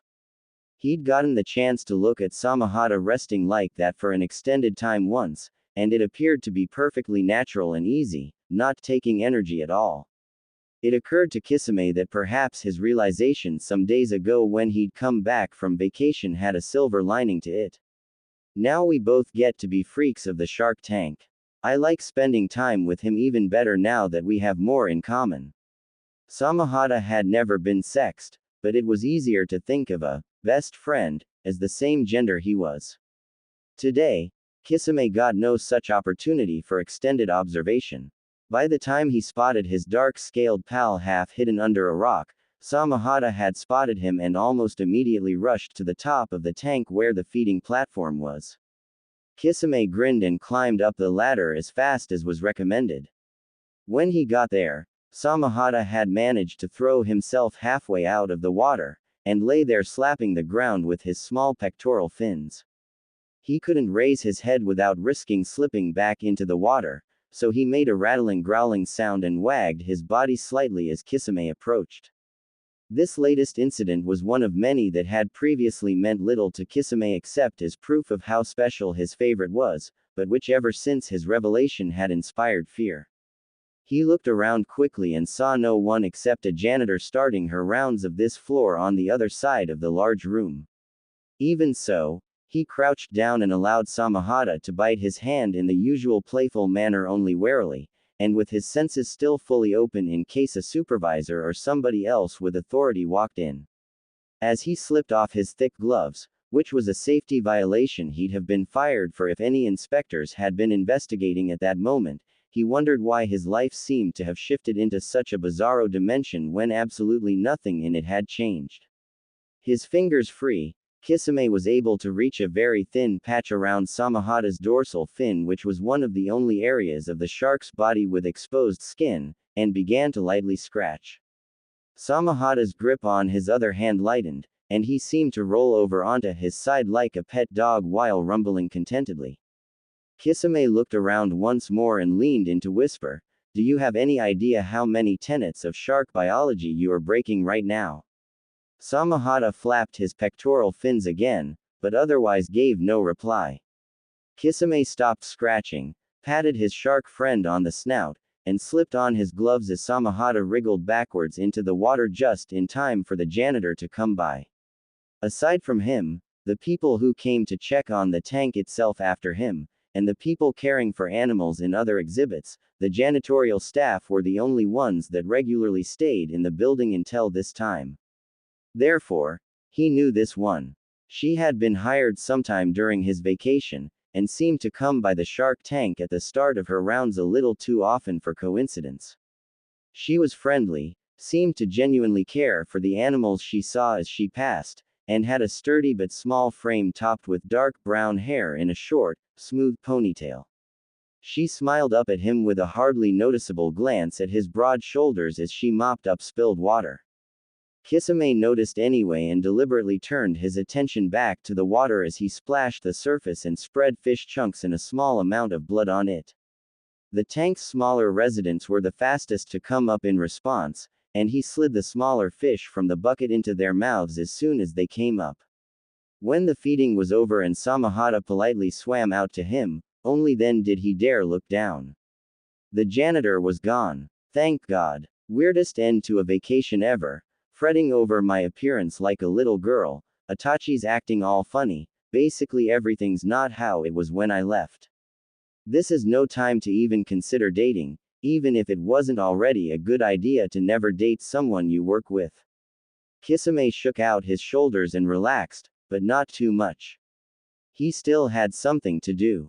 Slipping off his glove, he allowed Samahata to munch on his hand again while he pulled out a larger fish, the last one in the bucket. The feeding was part of his work duties, when he had to feed the sharks. His time with Samahata was totally different. He took back his hand and held the fish vertically from its mouth. Samahata wriggled and splashed excitedly before assuming the same position in the water. Then Kisame flipped the fish backwards in the air, catching it in the same position for a 360. Samahata curled inwards like an armadillo, flapped his fins wildly to tilt backward, then arched his body the opposite way and waved his tail and fins wildly to turn in place until he was facing up again. I know they have cartilage which is softer and more flexible than bone, but that still seems impressive. Kisame noted that the flailing of his tail and fins looked much more graceful this time than last, and decided to leave off the third move and give him the fish now.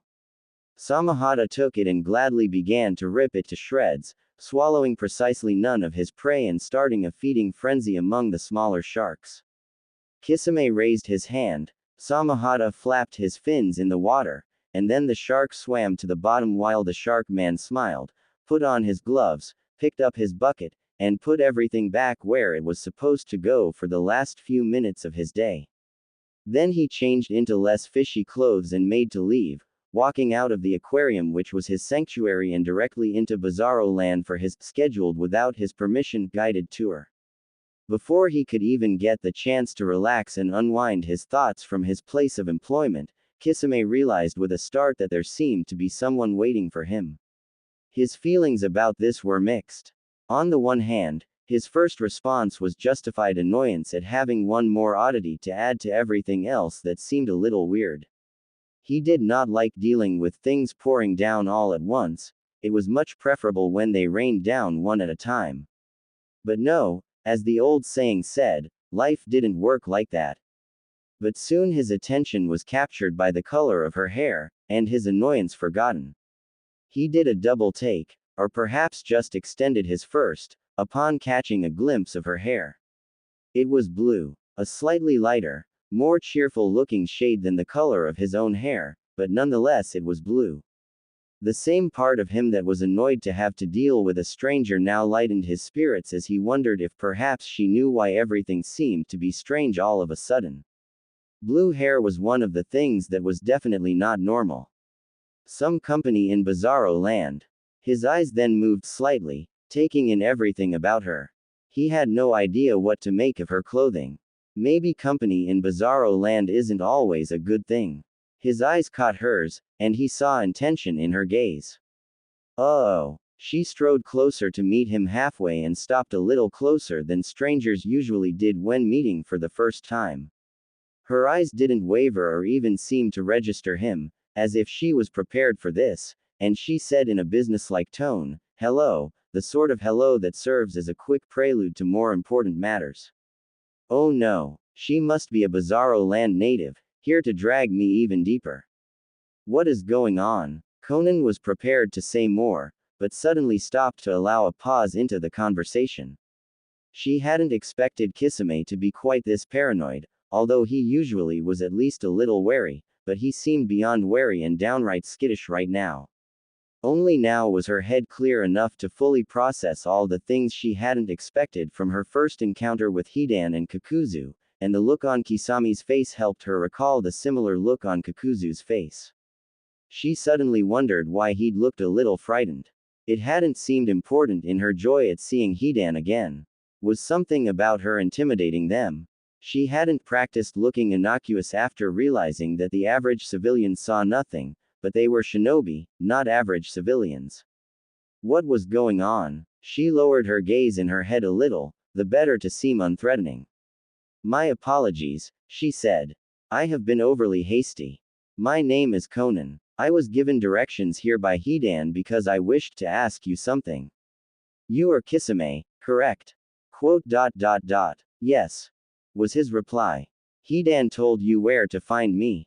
Yes. Ah, okay. That changed things. Hidan seemed to have his head on straight, and to know who was okay or not without much effort. The white-haired guy had even told him what Samahata was like in personality the first time they'd met face to snout, although the shark put on a fierce face for newcomers. If Hidan had figured this lady was okay to send over, then she was probably okay. Didn't mean he'd take her up on whatever it was she wanted, but this, Conan, girl seemed worth a listen. What did you want to ask me? I'm trying to look into something important. She began. I would like you and several other people to help me find out more about some unusual things around here. She reached under her cloak and pulled out a paper with an address written on it. I've already invited Hidan and Kakuzu to this location to hear what I have to say. Your help would be appreciated. Kisame also had enough passing familiarity with the town's layout to recognize that address is not any kind of public place close to town, probably a decent distance outside it. His first reactions to this pitch were 1. No. 2. Scam. 3. Nah. Probably worse. 4. Seriously. 5. If she's a serial killer or something, she should be better at this. 6. Nothing about any of this seems normal or not freaky in any way.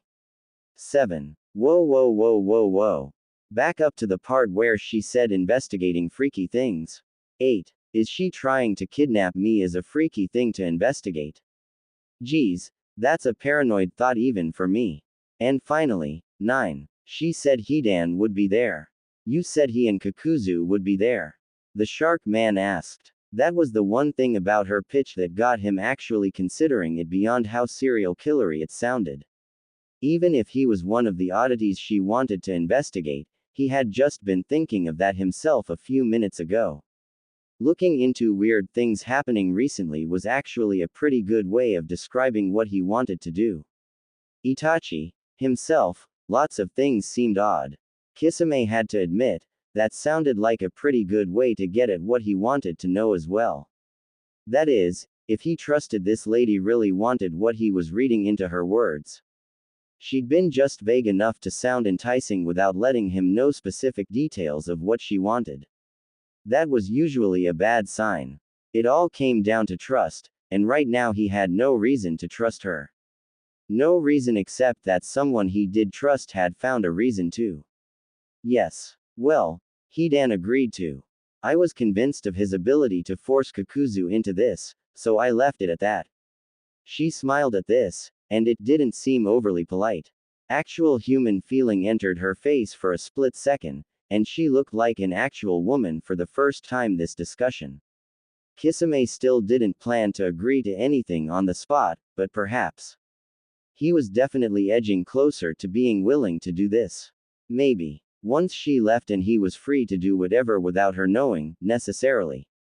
Of course, if she had further talking to do once he got there, he was free to respond any way he wanted to that. He was finally willing to believe she wanted something he might actually be willing to give. But good God, did this lady not know how to convince him of that? Your technique needs work, he said once the burst of visible feelings had passed and she looked businesslike again. Your eyes are just way too directed. I was wondering if you were a robot for a second there, from your face. I was also wondering about the odds of you being a serial killer. Maybe tone down the eyes and try looking more human if you want anyone who's not like Hidan to agree to things. Kisame tried to mention this in a businesslike manner to match hers, but he couldn't help shivering while asking her to look more human. Wuss. Well, at least it helped get his point across if she noticed. Itachi had tried advising him to be more willing to put forth a good faith effort to be friendly in the past, and even though he wasn't willing to be sure that he really should be helping her to convince people, this was the exact sort of distrust Itachi didn't want him to be plagued by. Maybe I should try baby steps, not trust the creepy lady first of all people. How do I even know she really did get Hidan to agree? Maybe she just knows I would trust his opinion over hers. More shivers ran down his spine. I don't like to feel so paranoid. I don't. It's just that I don't think there's any choice, just look at all the stories of terrible people taking advantage of people. If anyone's going to trust anyone, it's not going to be me. I'll outsource that to people who can tell who to trust, let them demonstrate. Conan did notice the slight shiver, and she realized her flat face might not be helping her to inspire trust in others. That thought hadn't occurred to her. She focused and attempted to bring it down. Her efforts only partially succeeded. As for her eyes, she supposed lowering them was the best she could do. It was at this point that she discovered that body language in general is just as hard to unfake once one becomes used to doing so as it is to fake it first. It just wasn't coming naturally. She nodded politely at Kisame and tried to inject more emotion into her voice as she thanked him and promised she would try. It sounded terribly wrong, and once she realized this, she put in some effort to unsuppress a wince. She tried so too late, however, so it looked like a feigned wince. This was going to be a long adventure. Conan didn't expect she would gain anything more by standing here trying to take his advice, so she quickly raised a hand in farewell and walked away, trying not to look like she was scurrying away in embarrassment. Of course, her effort to suppress that was much too successful, and Kisame had to take a few seconds to work out that that was what she was doing from the speed and silence of her departure. Neither of them felt entirely comfortable, but no matter. He had agreed in his head. She had a gas station to visit. Thank God for Hidan's unwitting assistance. Conan almost hallucinated a sliding sound as she put that bit of awkwardness out of her head. It was time to visit the next person in her expanding web of contacts. Conan. As she retraced her steps to the intersection and made a different turn, Conan pondered the new information she'd received from her discussions with her former coworkers. From Hidan, she'd learned that she could have quite an effect on the amnesiac shinobi of this world. On the other hand, she'd learned from Kakuzu and Kisame that said effect was not necessarily positive. Hidan had very strange tastes in what he found pleasurable, so she guessed it was safe to assume it would almost always be negative. Tsukumo hadn't reacted to her, but that had been the night before her decision to metaphorically blast down her road and lose control for a while. That and Kisami's mention of her eyes suggested that whatever her powerful inner will was, it was scaring everyone else just as badly as it had scared her. Except for Hidan, of course. He probably liked the feeling of being in front of something that could destroy him. How improbably lucky. I expected him to be more willing to trust me without reason, but I didn't expect his masochism to play a part too. Was that what Kisame meant? Did he mean anyone who's not masochistic like Hidan? That doesn't seem quite right, actually. He was advising me to show more emotion when he said that. It doesn't match. What part of what Hidan is like was Kisame referring to? Regardless, the hardest part of her quest to unite the Akatsuki was over, or so she thought. Kisame was the most cautious and distrustful of others. Surely, whoever was next would be more open and willing to tell her more. Whoever this was could tell her what he'd meant. Conan slowed her pace and walked casually to the corner across from the gas station. There could be no doubt about who she saw sitting there near the door. Him. He can surely tell me everything I wish to know. Just as long as I'm careful. Itachi. He'd known someone unusual was coming for the past 10 seconds or so. As she reached the halfway point of the block, his ears had registered and brought to his brain's attention the approach of someone with a strange tread. Even as the approaching person slowed to a walking pace, he was not fooled by the imitation of a casual manner. Some instinct told Itachi that he was the destination this someone had in mind, and he did not disregard instincts like that. Another instinct told him this approach, strange as it was, did not seem threatening. Itachi did not know why he had an instinct to tell him that, but ever since several months ago he had become very aware that he was not as regular as he'd always thought he was. Or rather, his definition of regular had changed and the blinders come off. I'm not quite what I thought I was. Is this person? The steps stopped on the corner across the street from him, and he turned his head to look to the right. Across the street looking back at him was a woman he had never seen before in unusual costume. The paper flower nested in her blue hair was a nice touch, but did not reduce the aura of authority radiating from her intense gaze and body posture. Not just authority. Something else as well. Predation. Her form was completely covered by a thick black cloak with red cloud designs on the lower half. This is not a woman to be trifled with. Black conveys authority. Red clouds could mean blood clouds, or perhaps sunset or sunrise. Thick boots with open toes covered her feet, and appeared to extend some distance up her legs. Completely covered, from head to ankle. Even her face reveals little. Only her eyes show anything at all, and it looks hungry. In a way, her appearance was comforting. Itachi hadn't had much time for Kisame lately. He'd been too busy exploring new parts of himself, and did not know how to explain that to his friend just yet. What he had found was a great many things he could do that did not match his past experience. Always peaceful in his dealings with other people, Itachi was curious as to why offensive moves and strategical thinking as in a battle should be easy or natural for him. But without ever having lived such a life or being trained, he could think that way and fight if need be. This woman appeared to be just the same way. Despite her predatory vibe, he sensed no hostility. Itachi smiled sincerely, and raised his hand to welcome his opponent to the field of verbal sparring. She can certainly tell me what I wish to know. But only if I'm careful. General. The woman nodded slightly in response, and her ears twitched noticeably as she listened for traffic before walking across the street to join him. She smiled, apparently feeling the same about their unexpected kinship, and sat down across from him with her legs folded beneath her. She looked him in the eyes and said, "Conan," in response to a question he had not yet asked. "Itachi," he responded likewise. Only then did her gaze break with his. Her eyes drifted over his left shoulder to the guitar case lying open next to him, its contents visibly including a comfortable array of money. She looked back at him as if that was a small surprise, but not completely out of the expected. He nodded back. Some of it was brought to start, should he need food or drink during the afternoon, but much was not. In addition to Kisame, who had contributed his usual $5 over his lunch break, some others liked to regularly come by and listen. There was a certain patron he could usually count on to appear out of thin air whenever a cheerful melodic tune was played, and by sitting at Itachi's side and gazing out into the crowd with visible joy and a certain innocence could almost summon money. Of course, it was not impossible for said patron's companion to provide such an effect, but he almost never put forth an effort to do so.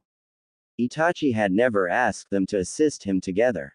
It might give his regular customer base an experience to never be equaled and drive them away. Conan had not thought about what Itachi or any of her teammates would do in this world, but now that she considered it, music made perfect sense for someone with his sensibilities. If any of them stayed in contact with her after her truly outrageous proposal, she would have to ask. This indicated some good things. First, he was smart enough to make a living at something so variable. Combined with the way he had analyzed her at first glance, that said very good things about his closeness to his shinobi heritage. It would make him a lot easier and more interesting to talk to and convince.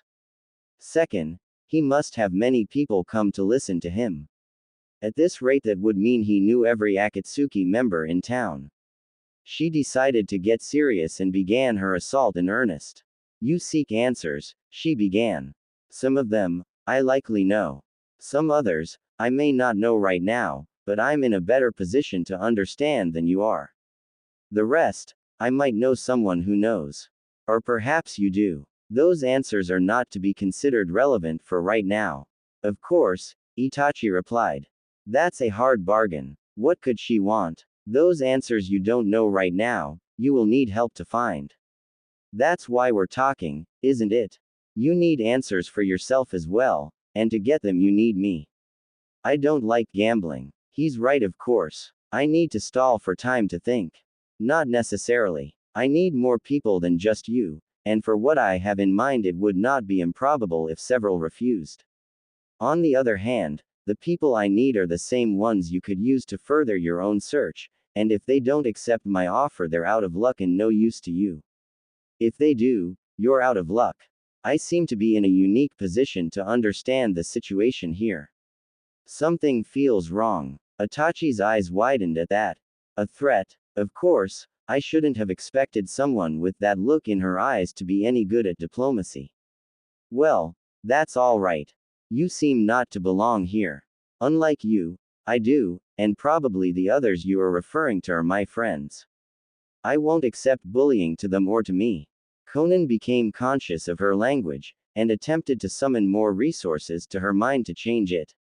Crap. That's what was wrong. My disadvantage is exactly what he's realized, and I've led him right to it. Instinctive hostility to an enemy won't work.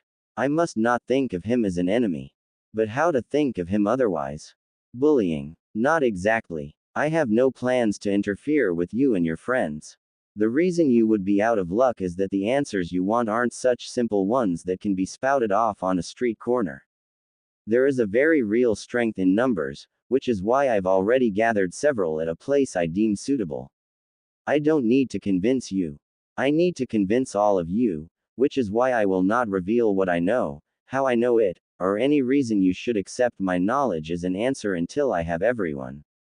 Itachi considered this. She's got me there. Whatever she knows, she holds and can release at any time, whereas my help can only be promised over the future. But what could it possibly be, that all of us need to be together at once to hear it? Strength in numbers it is. Why do I need to hear it directly from you? We may find our own answers together. The strength I speak of is not for your benefit. It's for mine. Conan replied. Itachi speaks about understanding things using common methods. He has no idea what he's talking about. Like I said, the answers you seek are not simple ones that can be spouted off on a street corner. The greatest obstacle to you knowing them is yourself. The answers you want are the same as the reasons I have for convincing you and the others to help me. I want you to know them. However, they are so improbable that any individual attempt to convince you of them would likely fail. My reason for gathering everyone is quite simple. I need to harness the bonds you have with each other to break through collective disbelief. Only those bonds can allow you to believe it. Are you willing to wait as long as it takes, become as desperate as it takes, to be willing to leave your little bubble? Refuge in audacity. She thinks I'm not strong enough to acquire my own answers because they have that as a shield. I've always considered myself open-minded, but that's all relative. Open-minded compared to others, maybe. But this is something I cannot explain, and I've tried asking both grown and literal children. Itachi realized that he had no answer. Part of being open-minded is realizing the extent of one's own bubble, so he definitely knew he had one. She didn't belong in town, was on the very edge of his bubble already, and seemed to believe that her own words were further out. I'm beaten. I'm in no position to refuse answers, and it seems I would be doing so no matter what unless I help her. Itachi closed his eyes and lowered his head. No. After some time, he looked up to see her head bowed slightly as well. She opened her eyes and looked at him, establishing eye contact once more. Her nod congratulated him as a worthy opponent. Then Conan returned to business. I need one thing first of all. I need to know where I can find some others. If you are as popular as that case of money suggests, you should know them. I will need Sasori, Deidara, and Nagato. Itachi's ears pricked at that little pause before Nagato's name. What was that for? At any rate, he did know them. Nagato should be easy to find. At this time of day, the sun was descending, and the sky colored everything blue. They usually enjoy the sunset from the park. I wish you good luck with Sasori. Sincerely. He's more paranoid than Kisame nowadays. Deidara has not been adjusting well since he returned from the military. Something to do with bombs, Sasori says. I do not know where Deidara lives, and Sasori will not tell you. He's very worried about Day getting in trouble with law enforcement. He's not going to allow a strange woman to know things like that. If you want Deidara, you'll have to convince Sasori to bring him along. Sasori's not the easiest to recruit for any effort to begin with, and as far as I know he has no desire or need for anything you may promise. He works at the auto shop on the north side of town, normally until late enough that he should still be there if you go to the park first. I don't mean to be discouraging, but good luck. Conan wondered about that choice of pronoun. I only asked about Nagato. No, Itachi implied that would be the easier of my two tasks. Not worth spending too much effort on. It sounded like she had bigger problems. Much, much bigger. Oh gods. Sasori. Kisami's paranoid, but he generally has reason to act at least. He was motivated enough by my proposal to help him find out more about strange things.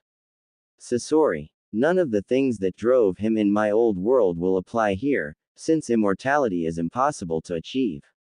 This version of him does sound motivated, but motivated to protect what he already has and not take risks. By Deidara, of all people. Could I possibly convince him that it would be in Deidara's best interest? Instead of voicing any of this, she thanked Itachi, confirmed that the park he described was the one she'd been in earlier, and got the location of Sasori's workplace. Then she showed him the address of the abandoned building. Only after he closed the guitar case, picked it up, and made to leave did she remember what had seemed so interesting after her discussion with Kisame. Itachi. Conan called. He turned. I remembered a question I was hoping you could answer. It's not essential. I just wished to know, since you know both Kisame and Hidan, what Kisame meant by a certain statement. He felt like giving me advice on how to be more convincing, and told me that I should show more emotion. I believe the exact phrase was, look more human, so that people who aren't like Hidan would trust me. What does that mean? Itachi tilted his head and regarded her in an odd way. She would have asked why, but after only a few seconds he concluded his reasoning with, He's as unbelievable as you have claimed to be, but perhaps a different kind of unbelievable. He briefly ran through the paraphrase she had given him to make sure. If, as you said, Kisami's comment was related to you needing to show more human feelings, he was probably referring to Hidan's ability to perceive feelings without needing them to be expressed.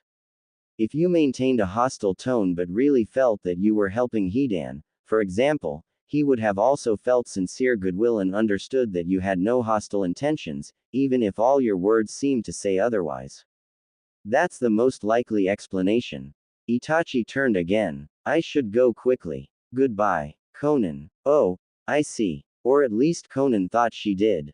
I should have thought of that myself. Hidan likes to make judgments of people, it is essential to his survival after all. I didn't expect it to be known to others, but he seems to actually have a social life in this world. Of course they would know he has such an ability to make accurate judgments. The specifics of Itachi's words were lost as she recalled her own knowledge of Hidan. That would be a reason to facepalm, or at least blush later. For now, she returned to the same park the evening's adventures had started in. It looked different now. In the daytime, a few spring flowers either wild or planted had bloomed in a scattered, disorganized way, adding splashes of brightness to the scene but not much else. At this time, with the sun down to glorious orange in the west, those flowers were not visible. A new flora was, a nighttime shift of white flowers formerly hidden beneath the leafy surface of bushes, now bursting out. Once the sun was but a dull ember, she expected the air to become a lot more fragrant than it had been at any point previously. She looked around at the entrance to the park. Here, there were several seating areas for the casual visitor who had no desire for a walk but nonetheless wanted to be outside in some visible way. They were of medium age, with the wood worn gray and neither excessively splintery nor worn smooth. Perhaps some nails had been poorly formed or in bad places from the start, and a few planks of the benches could be seen to visibly tilt. This would not make it hard to sit in them, in fact it added a strange charm. Some of the tables at either side of the trail leading in from the entrance had, perhaps by design, clumps of the aforementioned spring flowers at their base. Perhaps that was enough for some people, but the far greater show had yet to start. As the trail hardened, became visibly more entrenched and in the mind's eye became as strong as a cleaver carving its way through the dense trees crowding around, the tiny clumps of purple disappeared. The more imposing white blooms emerging from wherever they had hidden from the daylight now seemed about to drape themselves over some of the benches planted just at the edge of the trees. Considering last night's moonlight, a show of almost magical glowing appearance should be beginning soon. But there was no one there to see it. All seats stood empty. Conan regretted the sense of duty now and briefly wished to take a moment for herself and herself alone, but such feelings could happen from time to time among shinobi away on missions. She pushed it aside and reasoned that deep blooms are often found in the trees, hidden away in the dark as well, so she probably wouldn't miss a thing as the moon rose. With that she plunged into the depths after committing to memory a map of the park's layout. The first fork on the trail led to a seating area consisting of entirely tables like the ones next to the entrance, enclosed in a clearing. Nobody was there. The second fork led to a couple benches overseeing a small pond. Nobody was there, either. At the very opposite end the trail left the trees and there was some seating outside a small shop. No one was there either. At this point Conan could see the occasional moth fluttering out of some hiding place into the night, and she wondered about Itachi's instructions. Had there been something she'd missed? The only thing she could think of was her timing. Perhaps he'd assumed that she would have a car like everyone else seemed to. In that case, she was too late. Conan took a deep breath of the lightly scented air and disregarded that. It wouldn't do to lose hope now. The other option was that he hadn't expected her to be in such a hurry, in which case she'd arrived too early. In either case, she had to return to the entrance. Back into the darkness she plunged, a darkness filled to overflowing with whispering breezes, an almost liquid scent pouring from flowers splayed open in the shape of a spout. In the blue twilight, Conan could almost lose track of herself, become a part of the darkness. Just another silent whisper pouring through the air, breaking and merging into an ever-changing assembly of every shape at once. She opened her mouth and let the air pour through, losing herself in the atmosphere. Like many of her desires in the wild, this was one that was well suited to ninja life. To merge with the environment is to sense all within it. Sadly, this was better accomplished in the wild, which the Rain Village did not have much of. Sure would have come in handy that time. A piercing light entered the darkness, and Conan slowed her pace. The trees whispered and the leaves filled with secrets. The light was peculiar, a bluish-white glow that actually was not as piercing as it had seemed. It had only seemed so because a single leaf had moved aside to let a single beam through. The end, or really the beginning, of the trail was visible, which led Conan to realize that this must be the light of the tall lamp she had seen over the benches with their backs to the trees. The sunset had still been bright enough earlier, it had not been on.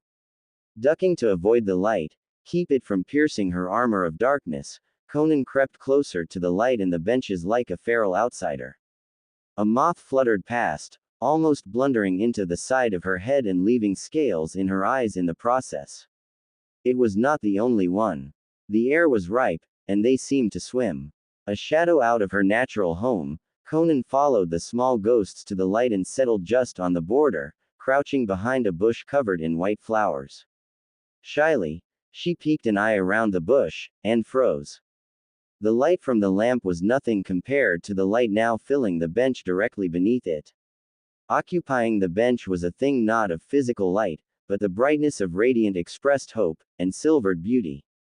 An icicle seemed to penetrate in her throat, wiggle its way through her bones, and as it did so crystallize many more icicles off of itself like a tree limb sprouting branches, so that there was no part of her that did not within seconds feel the pain of deprivation.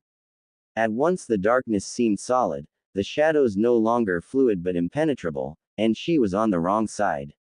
She was a shadow. That was wrong. The sickening, corrupt feeling from earlier returned. Conan did not move. The light, in contrast, was full of life. As she stayed there in the dark, her face shielded by the flowers, a universe of moths fluttered through the blue-white light, their furry bodies and churning wings plainly visible.